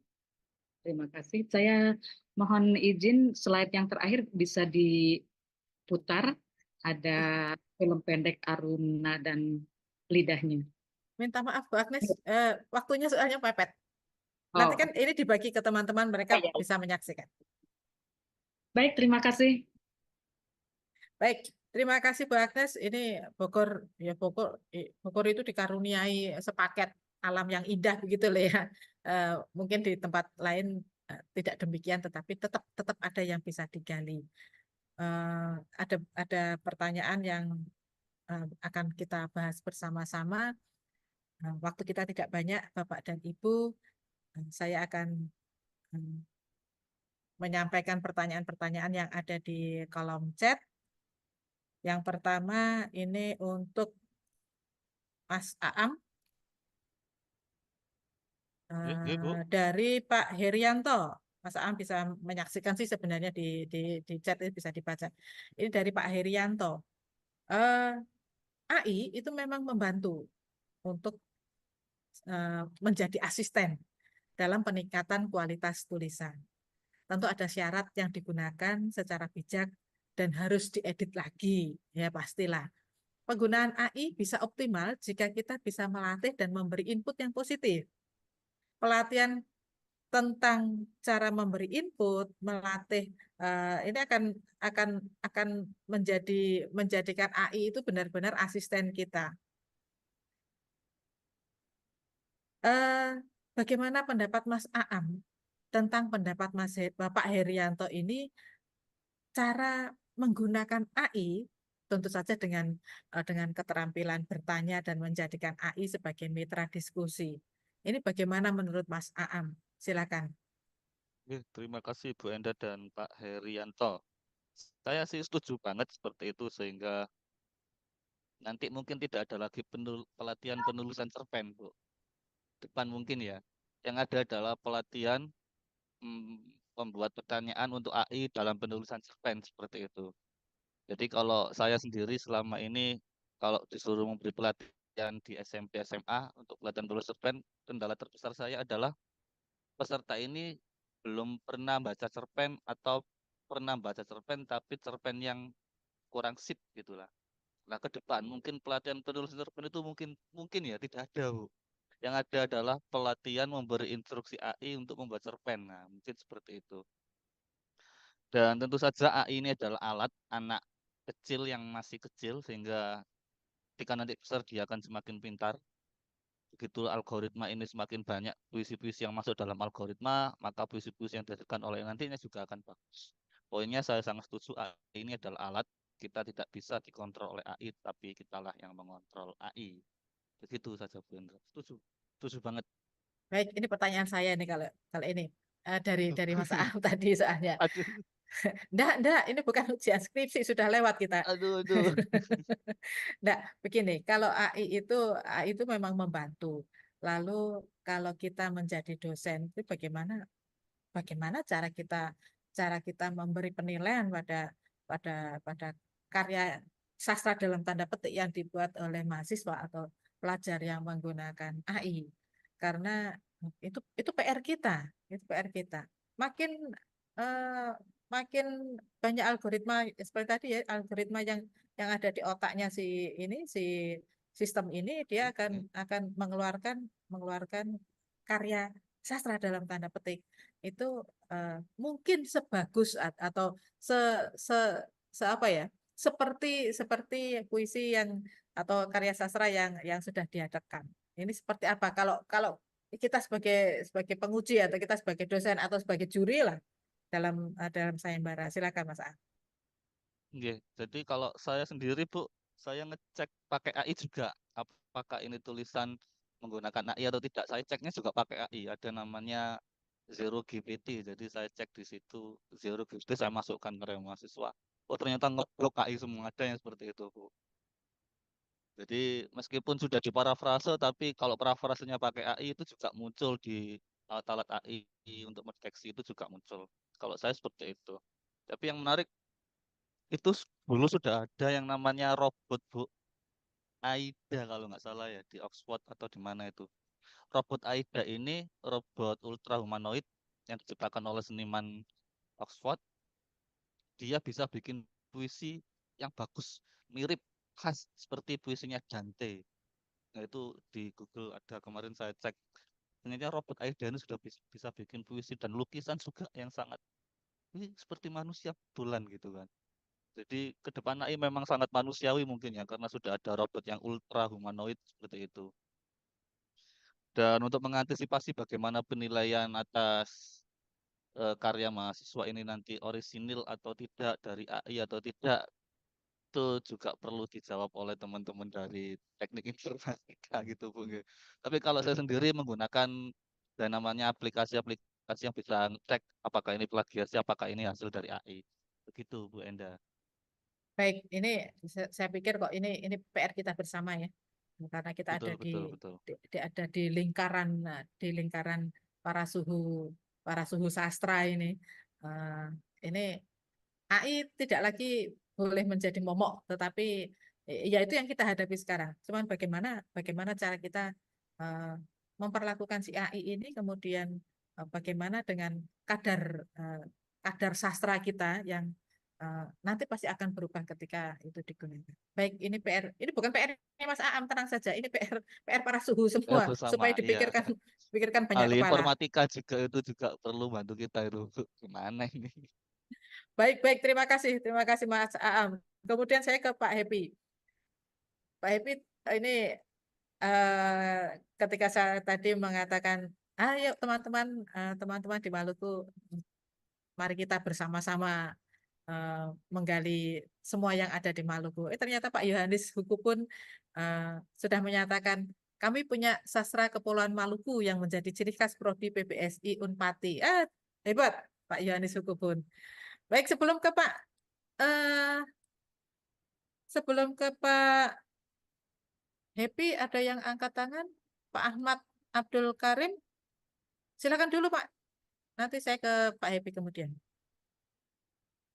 Pak Ferry minta tolong Pak Ahmad supaya dibukakan suaranya Ya, atau bisa sudah dibuka Ibu. Oke. Silakan Pak Ahmad Abdul Karim. Pak Ahmad. Oh, tidak jadi. Oh ya, sudah kalau tidak jadi. Baik, saya ke Pak Happy lagi. Pak Happy, ini ada pertanyaan dari Pak Yusuf. Tentang narasi sastra tanah. Ini kan menjadi ritual adat. Mengingat eksistensinya dalam ranah adat, apakah ada mitos setempat yang dianggap sakral? Tadi Pak Happy sudah menyebutkan itu. Ada mitos yang dianggap sakral, tetapi belum diceritakan karena waktunya memang pendek. Selain itu, Iya. sastra tanah tidak terkait dengan ritual. Tidak terkait dengan ritual. Ada yang tidak terkait dengan ritual. Bagaimana karakteristiknya? Silakan Pak Happy. Terima Ada kasih, dua Bu. sebenarnya Ya, pertanyaan Bu lagi. Moderator. Pak Yusuf, mungkin dalam agenda Hizki Pusat sekali-sekali berkunjung ke Maluku. Saya ajak masuk dunia ritual orang Nabungnya Maluku. lama Pak kalau ke timur itu. Iya. Jadi sebenarnya tadi sudah saya praktekkan cara bagaimana penghormatan adat, menghormat pemerintah desa tadi itu. Ami hormate upu latu itu bentuk penghormatan bagi raja. Kemudian nyanyian-nyanyian seperti tadi, Nunu Satu, itu nyanyian pengiring pengiring tarian Cakalele, tarian perang rakyat Maluku itu ketika dari rumah raja, raja mau digiring ke Baileo, rumah adat itu biasa iringan nyanyian rakyat itu yang mengiring atau di selama ada di. Nah, kalau esensi sakral ini sebenarnya karena ini ya memang dari sejak awal Belanda mungkin menentang karena eh, ada berhubungan dengan praktek-praktek animisme bahwa di masyarakat negeri adat meyakini bahwa di tempat-tempat sakral itu pasti dihuni oleh leluhur. Dan kita tidak bisa macam-macam di situ. Bahkan menyebut namanya saya jangan sampai salah. Ya, jadi misalnya saya Happy Leonard Lelapari, marga saya Lelapari, tapi ada marga dalam bahasa tanah saya yang dikenal dengan Uputeung Mataruma. Nah, itu jangan sampai salah disebut. Gitu. Jadi jangan sampai salah disebut, bisa bahaya.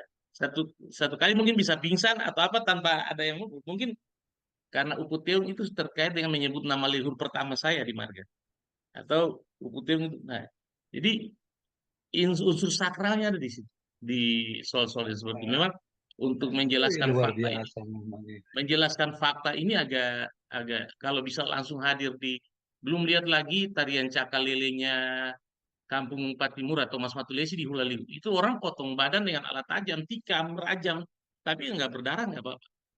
Kan unsur-unsur itu yang kemudian ada.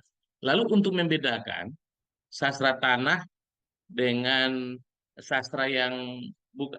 Nah, pembedanya satu, bahwa sastra tanah pasti medianya bahasa tanah. Tapi kalau sastra lain itu sudah menggunakan Melayu Ambon. Nah, banyak. Kalau sudah di Melayu Ambon itu banyak sekali pantun-pantun, nyanyian-nyanyian yang sudah dikemas dalam ada tulisan-tulisan dari senior kita dulu Pak Takaria, kemudian Pak Mailoa melahirkan kumpulan pantun dalam Melayu Ambon. Jadi eh, tadi saya sudah jelaskan di awal, pertarungan antara Melayu Ambon dengan bahasa tanah ini terjadi sangat puncaknya itu di abad 17 itu. Sehingga masih bisa dibedakan. Sepanjang itu menggunakan bahasa tanah, sepanjang itu dituturkan dalam konteks upacara adat, itulah sastra tanah.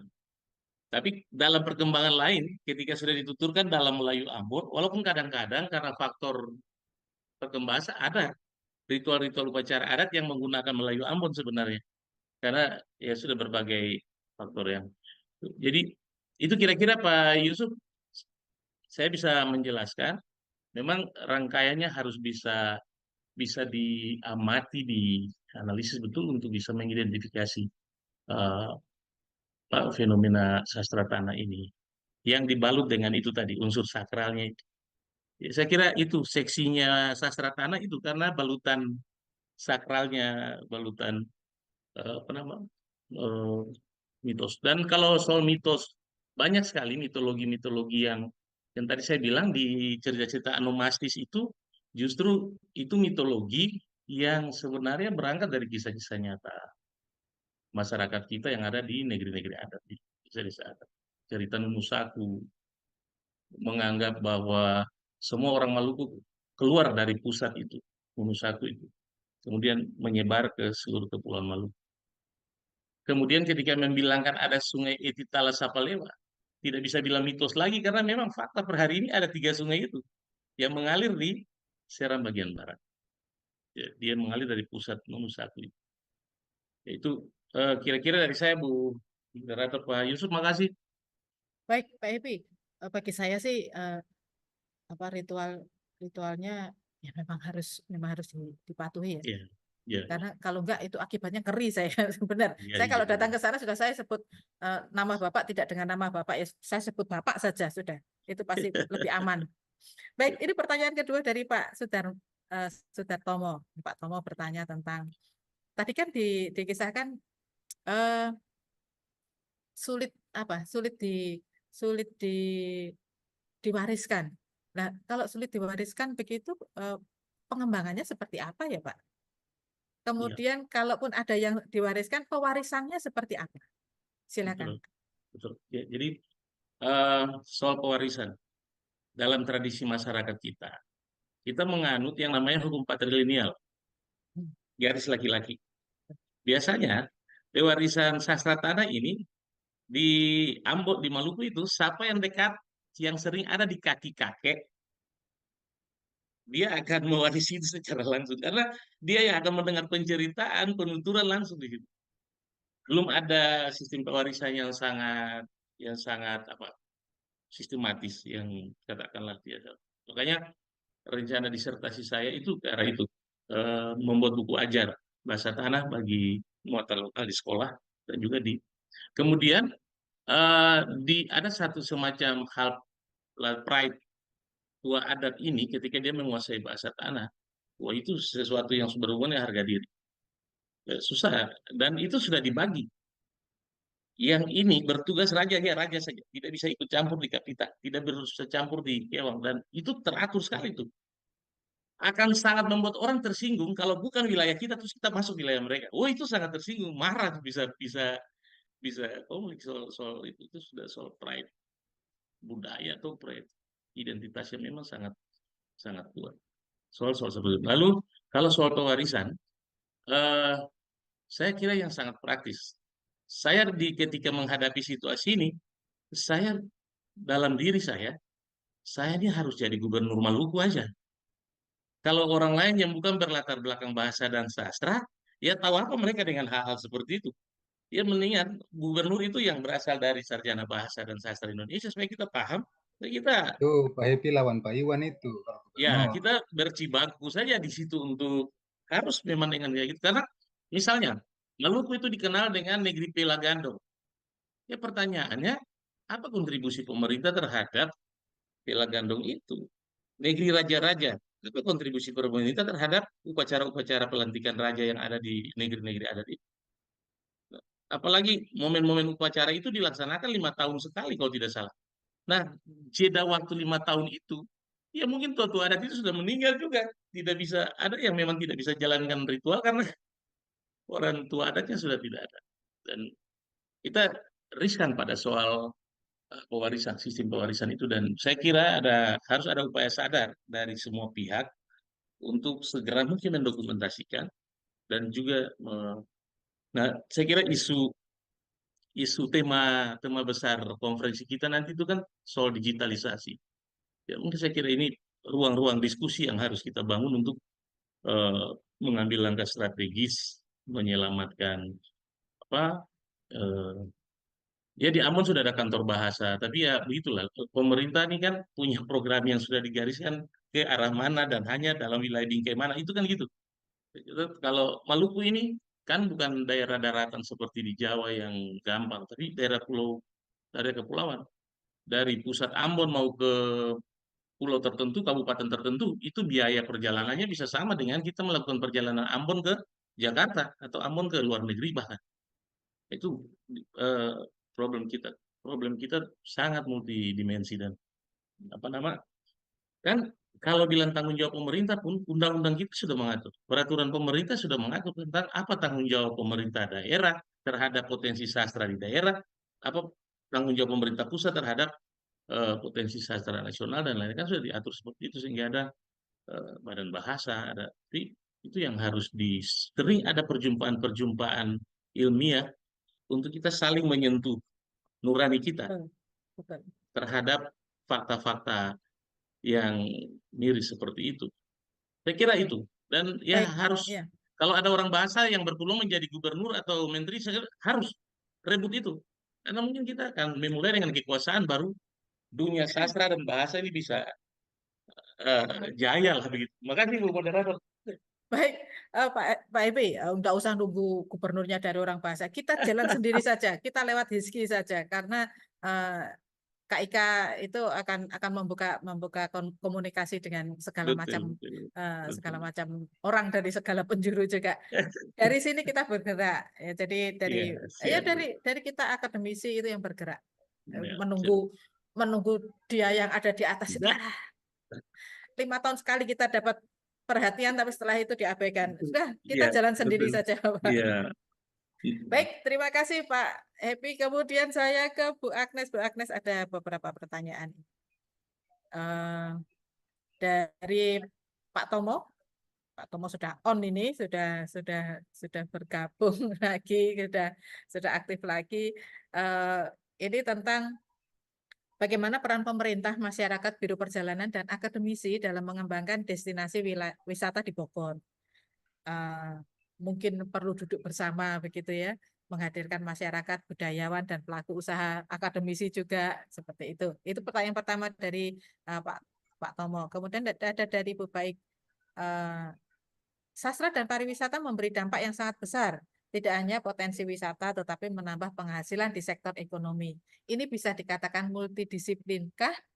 Bagaimana Bu Agnes? Silakan Bu Agnes. Ya, baik. Untuk Pak Tomo ya.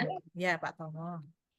Benar, itu sudah memberikan jawaban juga Pak Tomo bahwa memang kita perlu duduk bersama untuk mengembangkan potensi wisata, mungkin tidak hanya di Bogor, di wilayah-wilayah lainnya juga ya. Dan bagaimana memecahkan kepadatan wisatawan puncak, ya itu PR yang sejak dulu masih tersisa hingga sekarang.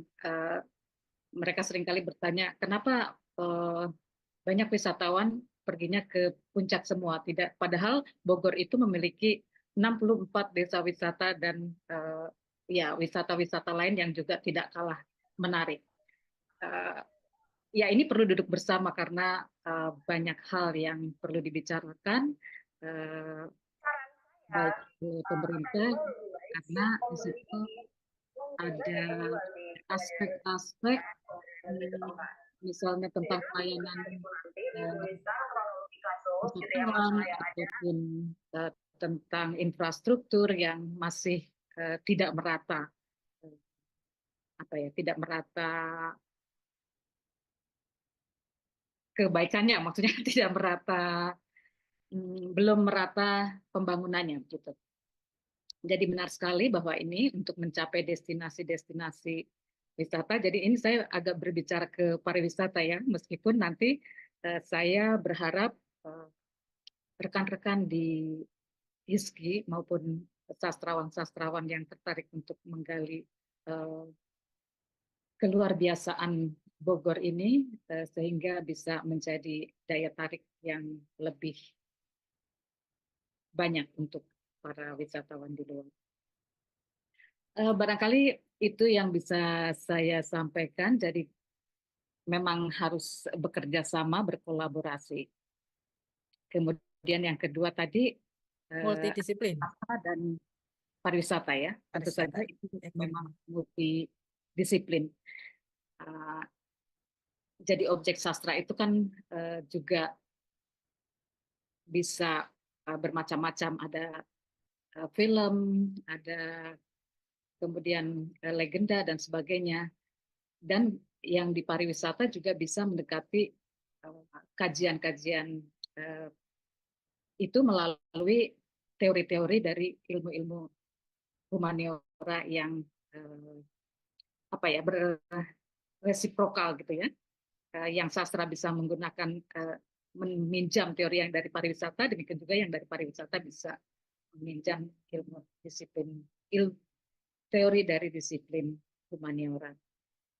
Jadi benar bahwa itu multidisiplin dan multidimensi dari sastra dan pariwisata. Begitu, semoga menjawab. Baik, terima kasih Bu Agnes. Ini waktu kita juga sudah pukul 12. Saya senang karena di chat itu ada banyak pendukungnya Pak Happy yang hore-hore di sana. Terima kasih. Sebenarnya bukan pendukung Pak Happy, tetapi dengan demikian kita menjadi tahu bahwa ada banyak teman di Maluku yang bersemangat begitu ya. Pak Happy, PR-nya bisa dibagi-bagi bersama teman-teman lain yang di Maluku, terutama nih yang ada di chat itu yang mendukung Pak Happy. Nah, itu bisa berbagi pekerjaan untuk menghadirkan sastra di Siap, Bu. Maluku. Baik, terima kasih Bapak dan Ibu, terima kasih Mas Aam, terima kasih Pak Happy, terima kasih Bu Agnes. Tiga-tiganya luar biasa. Ini dengan kekayaan wilayah masing-masing. Saya terpaksa harus menutup 2 jam, memang tidak cukup, tetapi harus dicukup-cukupkan karena ini merupakan hanya senggolan dari Pak Happy, senggolan dari Bu Agnes, senggolan juga dari Pak Mas Aam supaya saya dan teman-teman lain juga bersemangat meneliti sesuatu yang ada di sekitar kita. Baik, terima kasih. Bu Farida, apakah ada yang ingin disampaikan? Kalau tidak ada, saya tutup tukar tutur sastra ke-6 ini. Ya, monggo karena sudah pukul 12, bagaimana janji kita, Mbak Endah? Mungkin bisa kita tutup. Yang mungkin bisa kita ingat bahwa itu ya, Mas Aam mengingatkan kita untuk semakin waspada terhadap AI ya, supaya kita bisa manfaatkan dengan baik. Kemudian kita sambut upaya Pak Happy tadi yang akan menerbitkan buku panduan tentang sastra Maluku. Semoga nanti terrealisasi Pak Happy bersama teman-teman. Kemudian juga Bu Endah tadi yang mengenalkan Bogor, Bu Agnes ya, Bu Agnes mengenalkan Bogor dengan pariwisatanya. Mungkin ini bisa menjadi model untuk di seluruh pulau di Indonesia, mungkin supaya HISKI juga punya kontribusi ini terhadap sastra dan pariwisata. Mungkin itu menarik sekali ya, Mbak Endah. Terima kasih sudah dilaksanakan sampai siang hari ini. Banyak pertanyaan yang sangat bagus sehingga semakin menggali informasi dan insya Allah sudah cukup lengkap informasi yang kita peroleh. Terima kasih untuk semuanya, para narasumber dan juga peserta. Semoga sehat dan sukses selalu. Saya kembalikan Mbak Endah, monggo. Baik, terima kasih Bu Farida, teman-teman dan teman-teman mahasiswa ini, teman-teman dosen juga. Terima kasih banyak sudah meluangkan waktu kita belajar bersama. Jangan pernah lelah ya. Luangkan waktu 2 jam saja di hari Sabtu untuk belajar bersama tentang segala macam sastra. Baik, terima kasih Mas Aam, terima kasih Pak Happy, terima kasih Bu Agnes, Bu Farida, Pak Muslimin, terima kasih Mas Ferry yang ada di dalam di balik selalu setia. Teman-teman panitia semuanya, terima kasih banyak. Terima kasih Mbak Endah, Prof. Farida. Sampai di sini. Selamat siang. Salam Prof. Nopi, Prof. Nopi, salam dari Ambon. Happy, Bu Agnes, Mas Kamil. Sekarang waktunya me time. Bu Endah tidak pernah berubah, tetap seger. Oh, harus segerju saya. Ini saya di ruangannya Prof Yu, ini Prof Yu ada di ruang sebelah. Oh iya, salam buat Prof Yu. Terima kasih. Baik, saya sangat pamit. Istimewa gitu ya. Mas Ferry, apakah sudah foto bersama Mas Ferry? Oh iya, belum. Oh iya. Kita foto bersama sejenak Bapak Ibu. Baik. Oh Baik, iya. disilakan untuk open kamera Bapak Ibu. Prof. Novi masih di jalan itu. Ya Allah. Iya, lagi berkegiatan sepertinya. Baik, hanya ada satu slide yang terbuka Bapak Ibu. Kita foto bersama sejenak. Saya hitung 1, 2, 3. Baik, terima kasih Ibu Bapak. Prof. Novi kok tambah gemuk ya, Prof? Atur nuhun Prof. Farida. Oke, sama-sama Terima Prof. kasih, Novi. pamit, Sehat selalu, pamit. Prof. Bu Enda, yes. Monggo. Pamit. Keren Bu Enda. Ya, Bu Arif. Ya. Pamit, pamit. Ya, saya juga pamit Bu. Izin live ya. Monggo, J. Pak Tomo. Tadi sempat nggak kelihatan muncul lagi. Sehat Pak Tomo. Terima kasih Bapak Ibu. Ye, Pak Terima kasih. Aam, sama-sama. Iya, nyuwun pamit. Baik, izin menutup Zoom meeting Bapak Ibu semua. Sampai ketemu lagi di lain waktu. Terima kasih Mas Ferry. Prof. Bapak Rida, makasih.